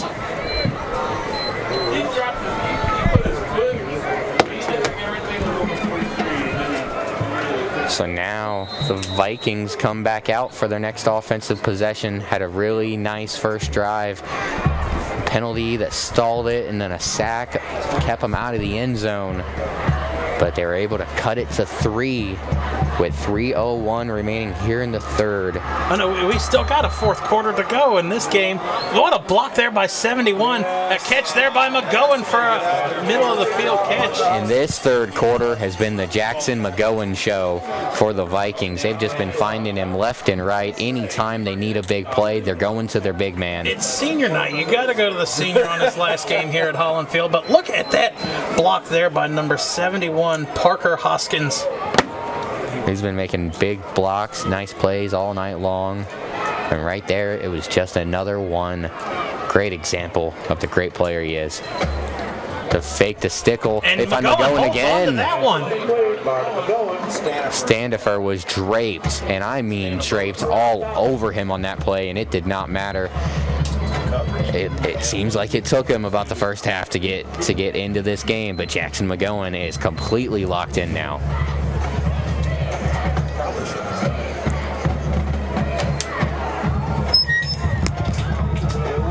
Again, that's another thing. I mean, the receivers kind of do that. They've done that all year, like you said, only coming in averaging 4 catches a game. And now fake the end around to McGowan. That ball was tipped. It looked like Bahel still caught by Copsey. And that's going to be 3rd and about 4. So it's going to be about a pickup of 2 there on the play. There's a Panther fan over there on the sideline, hoping his team can hold on to that 3-point lead. Yeah, and they're hanging on to it by a thread right now. It's going to be 3rd and about 4 from the 40. The Vikings really starting to feel themselves here in this third quarter. Smith all by himself at the bottom of the screen. And what oh my goodness, a heads-up play there by number 38 for the Panthers, Weimer. And Baylor Stickle does not make bad plays, but that one was not a good one. I think it's the right call to run the football. He was trying to get around the edge, and the defenders were just too ready for him on that play. Big loss of 10 yards on that play. Loss of 10, yeah. Huge drive killer. And that one is going to go, it takes a bounce. It's still not in the end zone, and it rolls into the end zone at the last second. You saw there, number 82, Caden West, tried to get down there before it went in. And I think if that was a better snap to Stickle, I think he could have had that one pinned. It was really close, man. Like, after that first bounce, it started to slow down, and I guess that's why on the football team you might need a track player or two. So 38 seconds left here in the third quarter. Miamisburg has owned this third quarter, and they've got to keep the momentum up on defense and get to Russo on this drive. They're going to fake the handoff to Yates. Russo's going to keep Russo it. has a first down and upended there. Taken out from underneath him. And see, it's plays like that. If you're Wilhite, how many do you let him take of those and landing on that shoulder? Yeah, it's definitely a great question, but you know, Wilhite, he just looks like he's ready. You know, he's trying to win every game. He doesn't know that they have that one was more on the back. Home field locked up. Justin Davis there on the stop. Defense number 97, 5 yards. That's encroachment against the Vikings. Cannot afford to just give up free yards to the Panthers. And if you're Springboro, you don't have to hike this ball. Don't tell that to Wilhite. And they might have just tried to draw him off sides, but here's a first down run and another pickup of first down for Russo. Mason Penrod, number 6, gets the final stop of the third quarter. And that is how the third quarter will end. Burrow starting to drive a little bit here as they approach midfield. Still with a 3-point lead.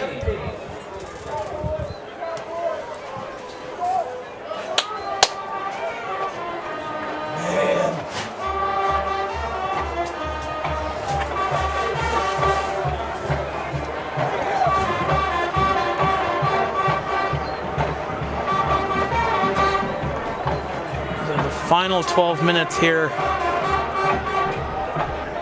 of the regular season. If you're Miamisburg, what do you have to do? You know, this offense or this defense, they're just going to have to keep making stands. They've been really good here in the second half. And you know, the offense, the last 2 quarters, they've really been able to get things going. They're just going to have to keep going to McGowan, and they're going to have to keep feeding Baylor Stickle. And that one is close to a first down, and they're going to give it to him.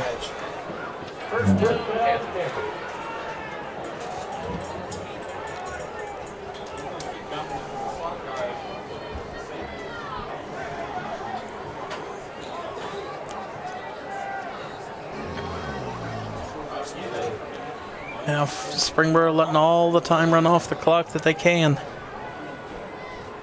It's going to be a fake handoff to Yates. Right there, yes. And you see Miamisburg trying to rip that ball out at the last second too.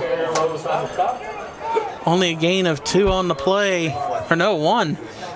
It'll be 2nd and 9. So a couple of updates from Centerville. Mukes is going to be able to get behind the Elk defense, get a score for Wayne, make it 24-14, 3 minutes left in the third. And then just a couple minutes later, Newcomb fumbles, so Wayne gets the ball at the Elk 15. That one looks like it could be getting interesting. High snap to Russo. Russo pump fakes it to the sideline, turns around and a catch and a walk in for a touchdown for Butler. I mean, to a certain extent, what are you supposed to do? This passing offense is so explosive, and with 3 great wide receivers, a 4th one who is very good in his own right, quarterback who's absolutely unstoppable, and this offense has just been churning all night long. And you see he just comfortably pump fakes it and just flicks it to the outside and walks in untouched from 10 out. And there's a flag on the play, so that extra point will not count. See what the referee has to say. It's his 5th touchdown on the season. Offense number 73, 5 yards. We'll retry. False start against Daniel Palenta. And if you're Schneider, you wish you could have declined that one as he missed it. Go back out to Centerville. Wayne, quarterback, scrambles 17 yards and a touchdown. Elks now lead by 3. 1 minute and 38 seconds left in the 3rd. And that one is up and good. That makes it a 10-point lead, 27-17. 10:43 left here in the game. So Miamisburg's got to come out, and they're going to have to put points on the board on this drive.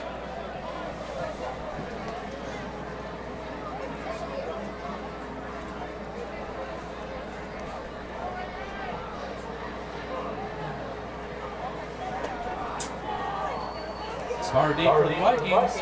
Fort Camp is set to kick off for the Panthers.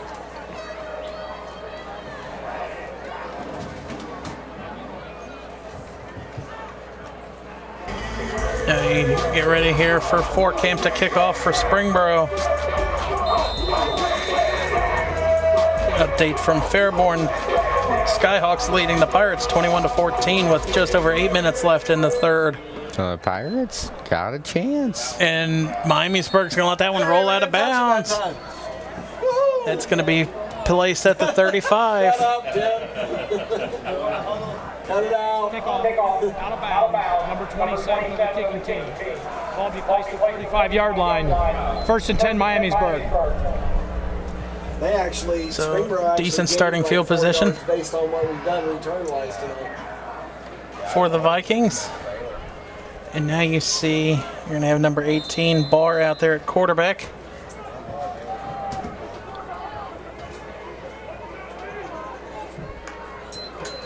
Going to be a handoff to Connor Smith and a flag on the play.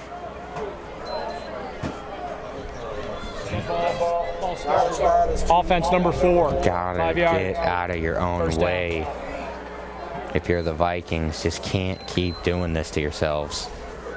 So now we 1st and 15 at the 30.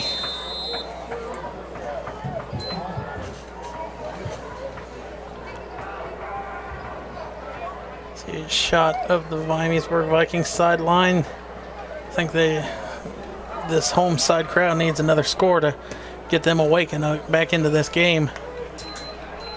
I mean, it was so quiet. You heard the clap there. Nice blocking there. Picks up the first or the foul yardage back. It's Durr that time. He's been very active in this game tonight.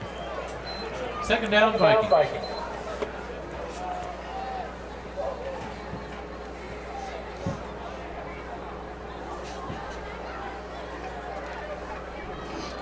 There you go. Oakwood up 35-0 over Madison starting the 4th quarter. My goodness. Oakwood waited till the last week to score as many points as they can. Right. And now here, Barr, sorry. And how did he catch that? Picking that one up off the ground, Jackson McGowan. First down, Vikings.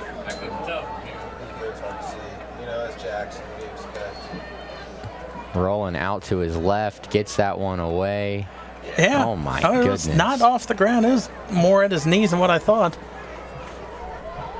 Nice play there by McGowan, picking up big first down.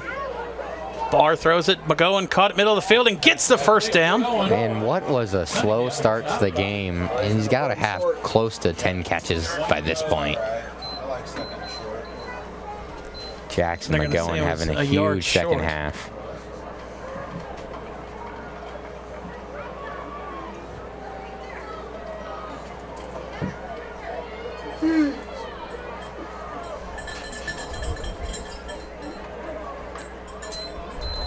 Gonna throw it out to Run, Hunter. Durr. Durr has the first down. That's how you get downhill fast. Plant your foot and go. First down, Vikings. Phoenix with the tackle there for the Panthers.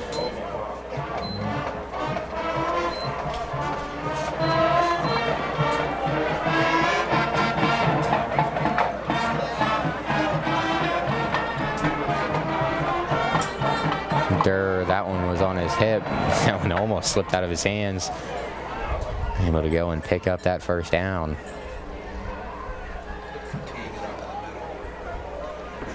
Going left down here, one-on-one Barr all by coverage. himself. Barr gonna tuck it and run.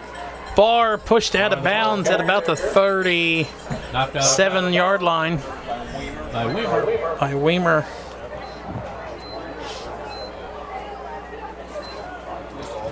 Right, yeah.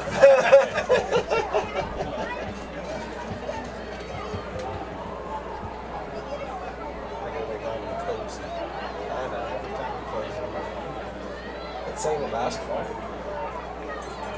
They do it at Springfield basketball games all the time. Second and 5. Stickle lined up next to him. Stickle's gonna get the carry.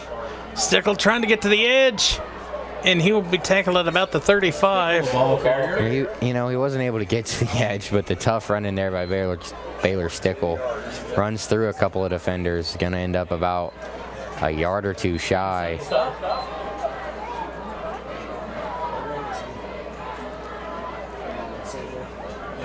Third down, Vikings. Silas Cunningham in there to cut him off. It's 3rd and 3 here for the Vikings at the 35. In what I would call 4 down territory. Barr gonna keep it. Barr's gonna tuck it, run, and he will be tackled out of bounds, and there's a And the flag. flag comes out. Great call there by the ref. I don't even know why Zach Wells decides to go after him. Will Height knew it, dude. He's throwing a fit over there. He's way out of bounds. Watch how far out of bounds he is. Personal foul. Late hit. Defense number 22. 15 yards. Oh, First he down. was both feet on the white, Easy call. and you see Will Height right there. He took it and he went and used that as a learning lesson on his own player. People watching, listening for score updates, Northmont just intercepted Springfield in the end zone. What would have put Springfield up 2 touchdowns. Still 27-21 in that game down in Springfield. Barr back to pass. Throws it middle of the field. McGowan, touchdown. 3 touchdowns. No, that's the second, sorry.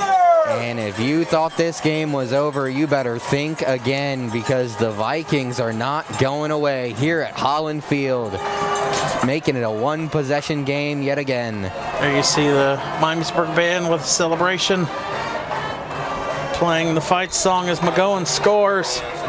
Cut this to a potential one-score game, field goal game. That's calling for you right there, Brian. Take another trip back out to Centerville real quick. Wakalonga walks it in from 5 That yards extra away. point is up and good, and that cuts the lead to 3. 7:37 left here in the game. And as the Vikings cut it to 3, the Elks extend the lead back out to 10, 31-21. 11 and a half minutes remaining in the fourth quarter. Well, we saw how last week Wayne can quickly score, so there's plenty of time left for them to come back in that Without one. a doubt. I mean, Mukes, I think if Mukes would have got that kickoff we had last week, he returned. That took him 12 seconds, and he fumbled it and picked it up and still had to dance a little bit. So, Come on, baby, let's go. Now your defense has played well all night. If you're the Vikings, you had Springboro scored on their first 2 possessions, but other than then, a touchdown and a field goal, or 2 touchdowns since. You got Hurt on here to kick off for the Vikings. And Hurt kicks this one away, fielded at about the 5 for Springboro. That's Lamb. Lamb Tripped up. at the 40 or the 35, and let's see where they mark him down. There is a flag on the play on the far sideline. That may have been Colin Shanahan, or Shannon, number 13 there on the stop. It was just a sideline warning against the Panthers, so but that's their only warning. So that'll put the ball at the 35 for the Panthers. 7.5 minutes left. Both teams have both timeouts left, or all 3 timeouts left. Coach Schneider's got to be talking to Baylor Stickle, Aiden Dyer, Nathan Ennis, Desmond Venus. Owens, the leaders of this defense. You've got to make a stop. This is the time, boys. Get that 1 turnover. Russo with a quick pitch. Come up. Nice block on the outside and nice open field tackle there. Number 75 for the Vikings. 11 turnovers forced this season by the Vikings. A 12th one on this drive would be much appreciated by their fan base. Saw Enos there, and then 75 cleans it up. But, we talked about, last year Miamisburg had upset Springfield to get into the playoffs. This would be another upset to get into the playoffs. Russo back to pass, throws it, completed to Nearly Howard. Tipped. And Justin Davis able to corral him. And I'm glad he just let off of him once his knee hit the ground, because who knows how ugly that could have got if another Viking defender came in and hit him.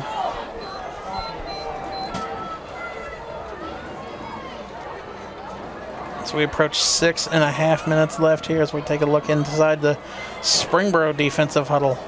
Taking a little bit of a coaching session.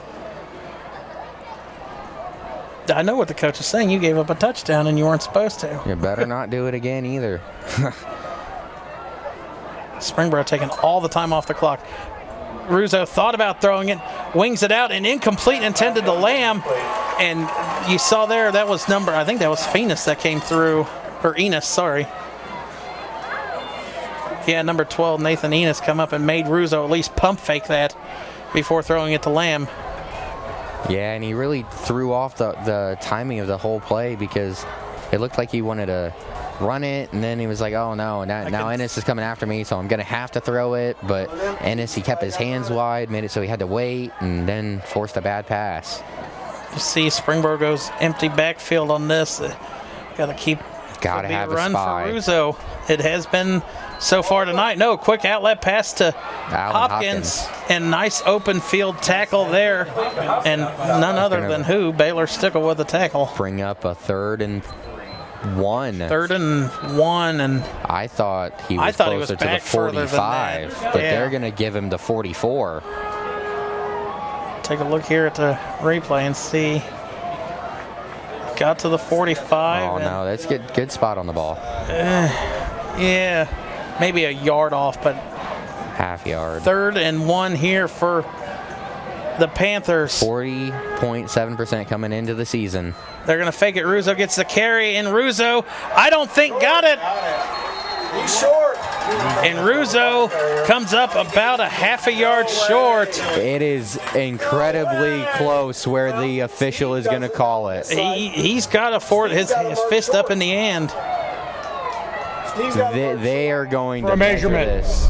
And they're going to call a timeout for measurement. But it looks like to me like it is a hair short. Right, the way it's marked right now, that's first down. They stopped him short. God bless it.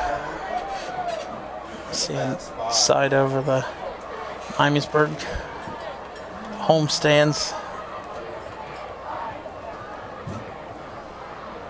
And this is going to be bring out the huge. chains.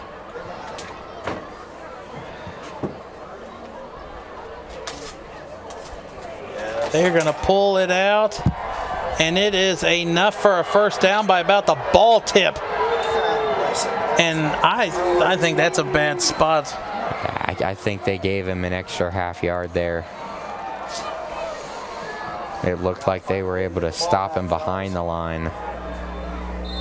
But instead, they're going to give him just enough, and the Springboro offense is going to rush out to the line of scrimmage.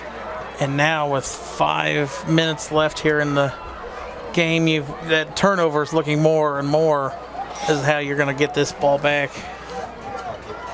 Play clock is down to 5, as you see there to the right of the time. Russo going to take this one, run to the outside, and pick up about 4. They say he stayed in bounds. And if you're Miamisburg, you maybe take a timeout here if you get this stop again. Because I do not see the ball leaving Russo's hand the rest of this game. Yeah, and you got 3 timeouts. So you can stop the clock, save yourself a little bit of time.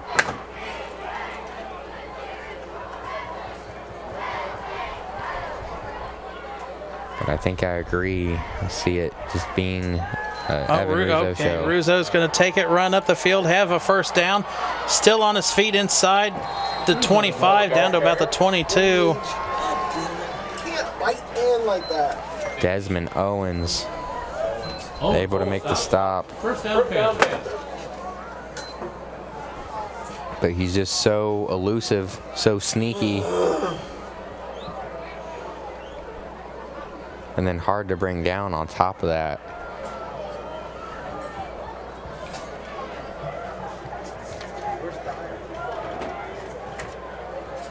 .5'11", 175, but that is 175 pounds of toughness and muscle.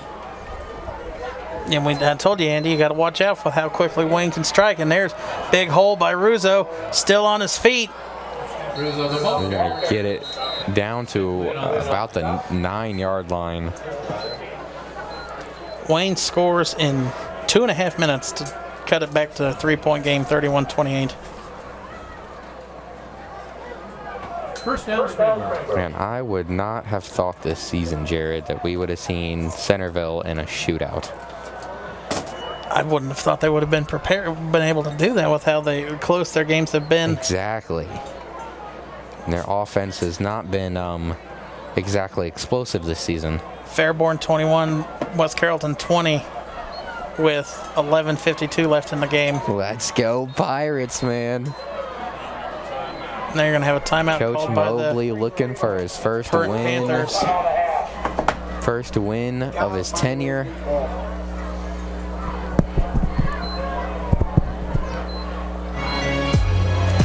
And if you're Miamisburg, like we said, a turnover would be great, but your defense has got at least hold them to a field goal. A field goal and you have a chance. But it's 1st and goal at the 9. We've seen crazier finishes in this game throughout the 10 years of doing this.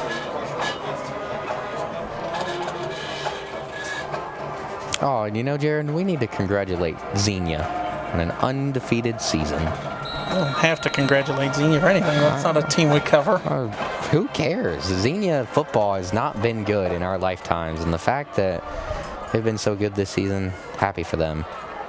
And I work out in Xenia, so. Here's the end around pitch, quick pitch to Lamb, and Lamb in for a touchdown, untouched. And what is going to be an explanation point on this game?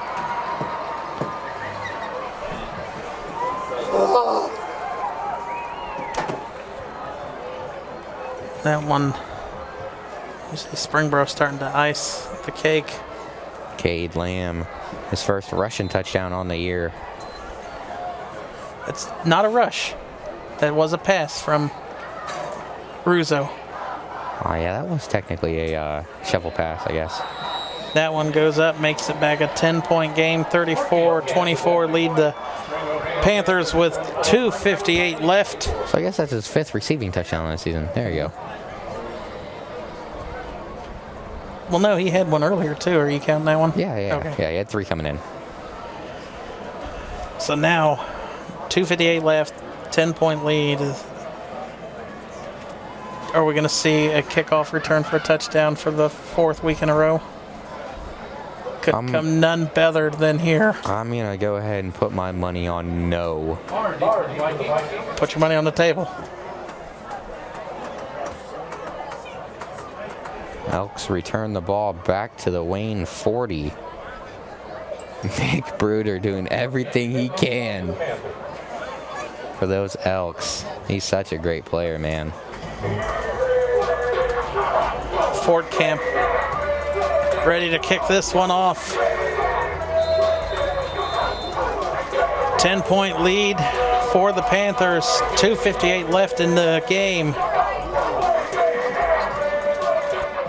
Fort Camp squibs that one. Stickle recovers it. Stickle trying to bounce out, and he gets about to the 34. He's still on his feet.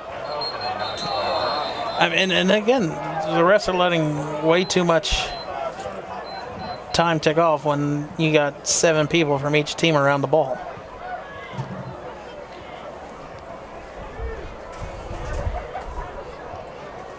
Another update from West Carrollton Skyhawks. Score with a pass over the middle, 28-21. 9:48 left in the game. How about this? Wayne blocks Centerville punt, returns it for a touchdown to take the lead. Wow. 35-31 lead the Warriors now. What a week 10, Jared. I think it was just over 6 minutes left. Vaughn throws it middle of the field and Intercepted. What a play. No, the refs are waving it incomplete. And that one must have ricocheted like off of his arms on that one. We're going to see here on the MVCC Game of the Week replay. But I didn't see who that was, but whoever it was took a pop.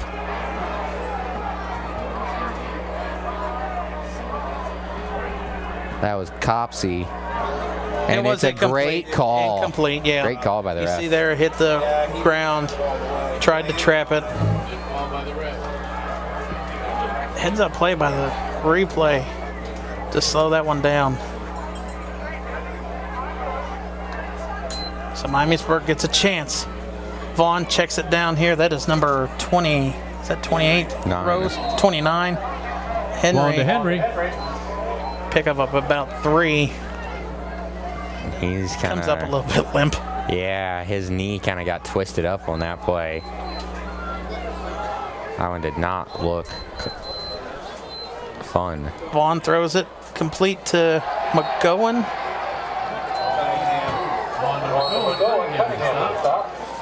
There's a timeout.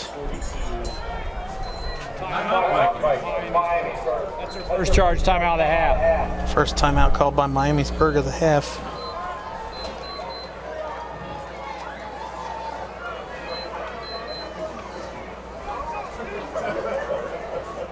So, well, Jared, you asked what were the chances that we would see a kick return? And, well, we didn't, but, you know.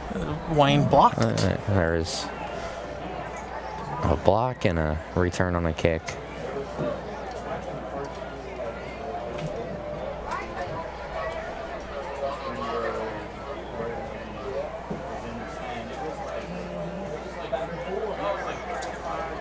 So here we go, 2:11 left, 4th and 3 here for the Vikings.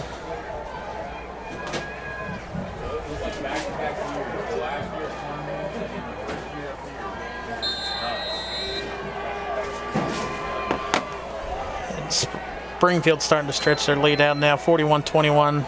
Caught there by Hunter Durr. Durr gets across out of bounds. So that one helping out the Vikings' chances. Well, it was a good try by the It was a good first half by the Northmont, but that loss should knock them out of the playoffs.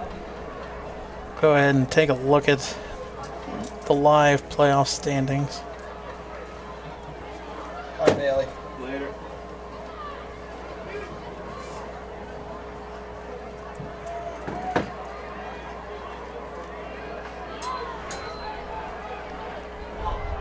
And there's the incompletion. In and out of the hands of Connor Smith.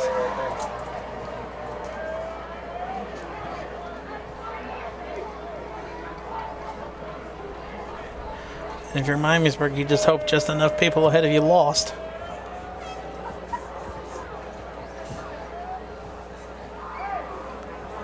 Standifer been great all night long and in there on the coverage yet again.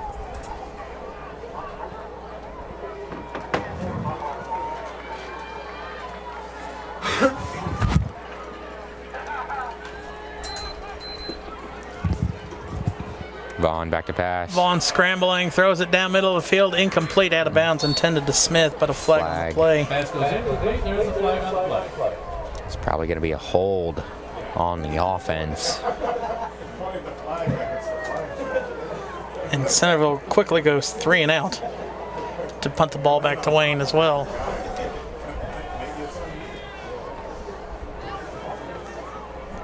Oh, the refs are huddled up.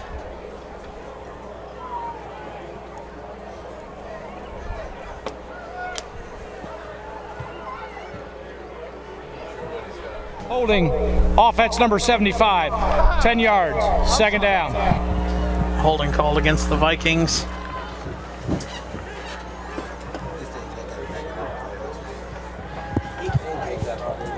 He'll be pushed back to the 45, back across the 50. And there another flag comes from the official as he was spotting the ball. Had to have been something said from the Vikings. Shut your mouth. Dead ball, unsportsmanlike conduct, number 75, 15 yards, second down. And that's going to back him up 15 more.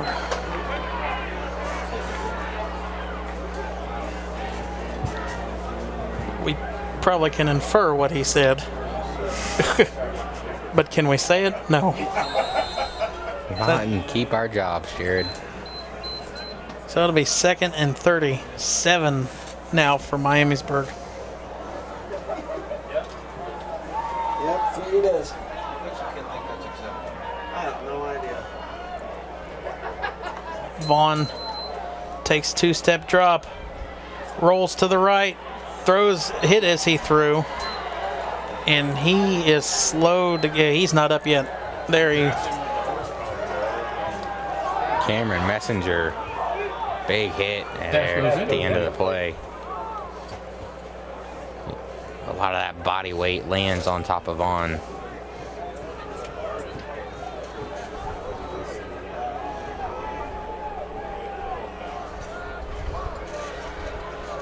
Messenger listed at 6'1", 250. That's a big boy to land on top of you.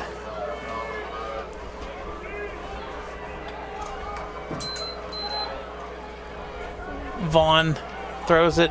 Delivers it outside. What a nice juggling catch there to Smith along the sideline, but nowhere near a first down. Fourth down, Vikings. 4th and 8,000. So. But how many 4th and 37s you got in the playbook, Jared? I don't have one. Especially not as a Fairmont fan, right? Just retweeted it on Twitter, but Bryce Schodemeyer from Springfield had a 66 yards through the air pass for a touchdown. Wow. That kid can throw it. Cannon. And here we go, 4th and 28. Miamisburg's line blocking it well, throws it to the outside, intercepted. It was thrown to Dyer and not enough. Tristan Finney is going to come up on and make the play. If you're Springboro, you should have just knocked it down and taken the ball back here, but interception there by the Panthers, and that one is going to seal it for Springboro. Miamisburg made them play this game throughout.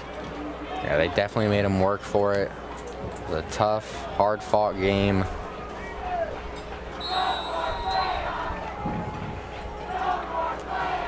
The Panther fans are starting to chant no more playoffs, but Gotta love high school kids. the Miamisburg has the teams losing that they need to lose. Gotta love the cross team, with crosstown rivalries. With Northmont losing, that'll knock them down. That's points Miamisburg gets over that. Ruzo's just going to keep this one on the ground. And now with a minute and a half, I do not see. At this point, why don't you just take him out? Maybe he's close to school yards record or something.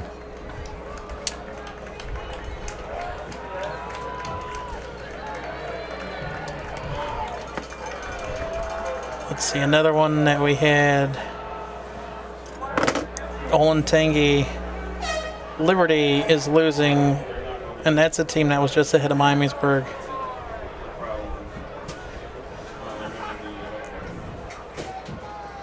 Let's see, let's check out if we have a Finley score. Now they go into the victory formation.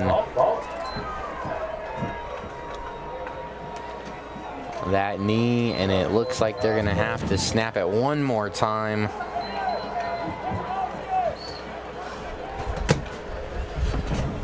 Well, Andy, this has been another exciting football season here at the Miami Valley Communications Council.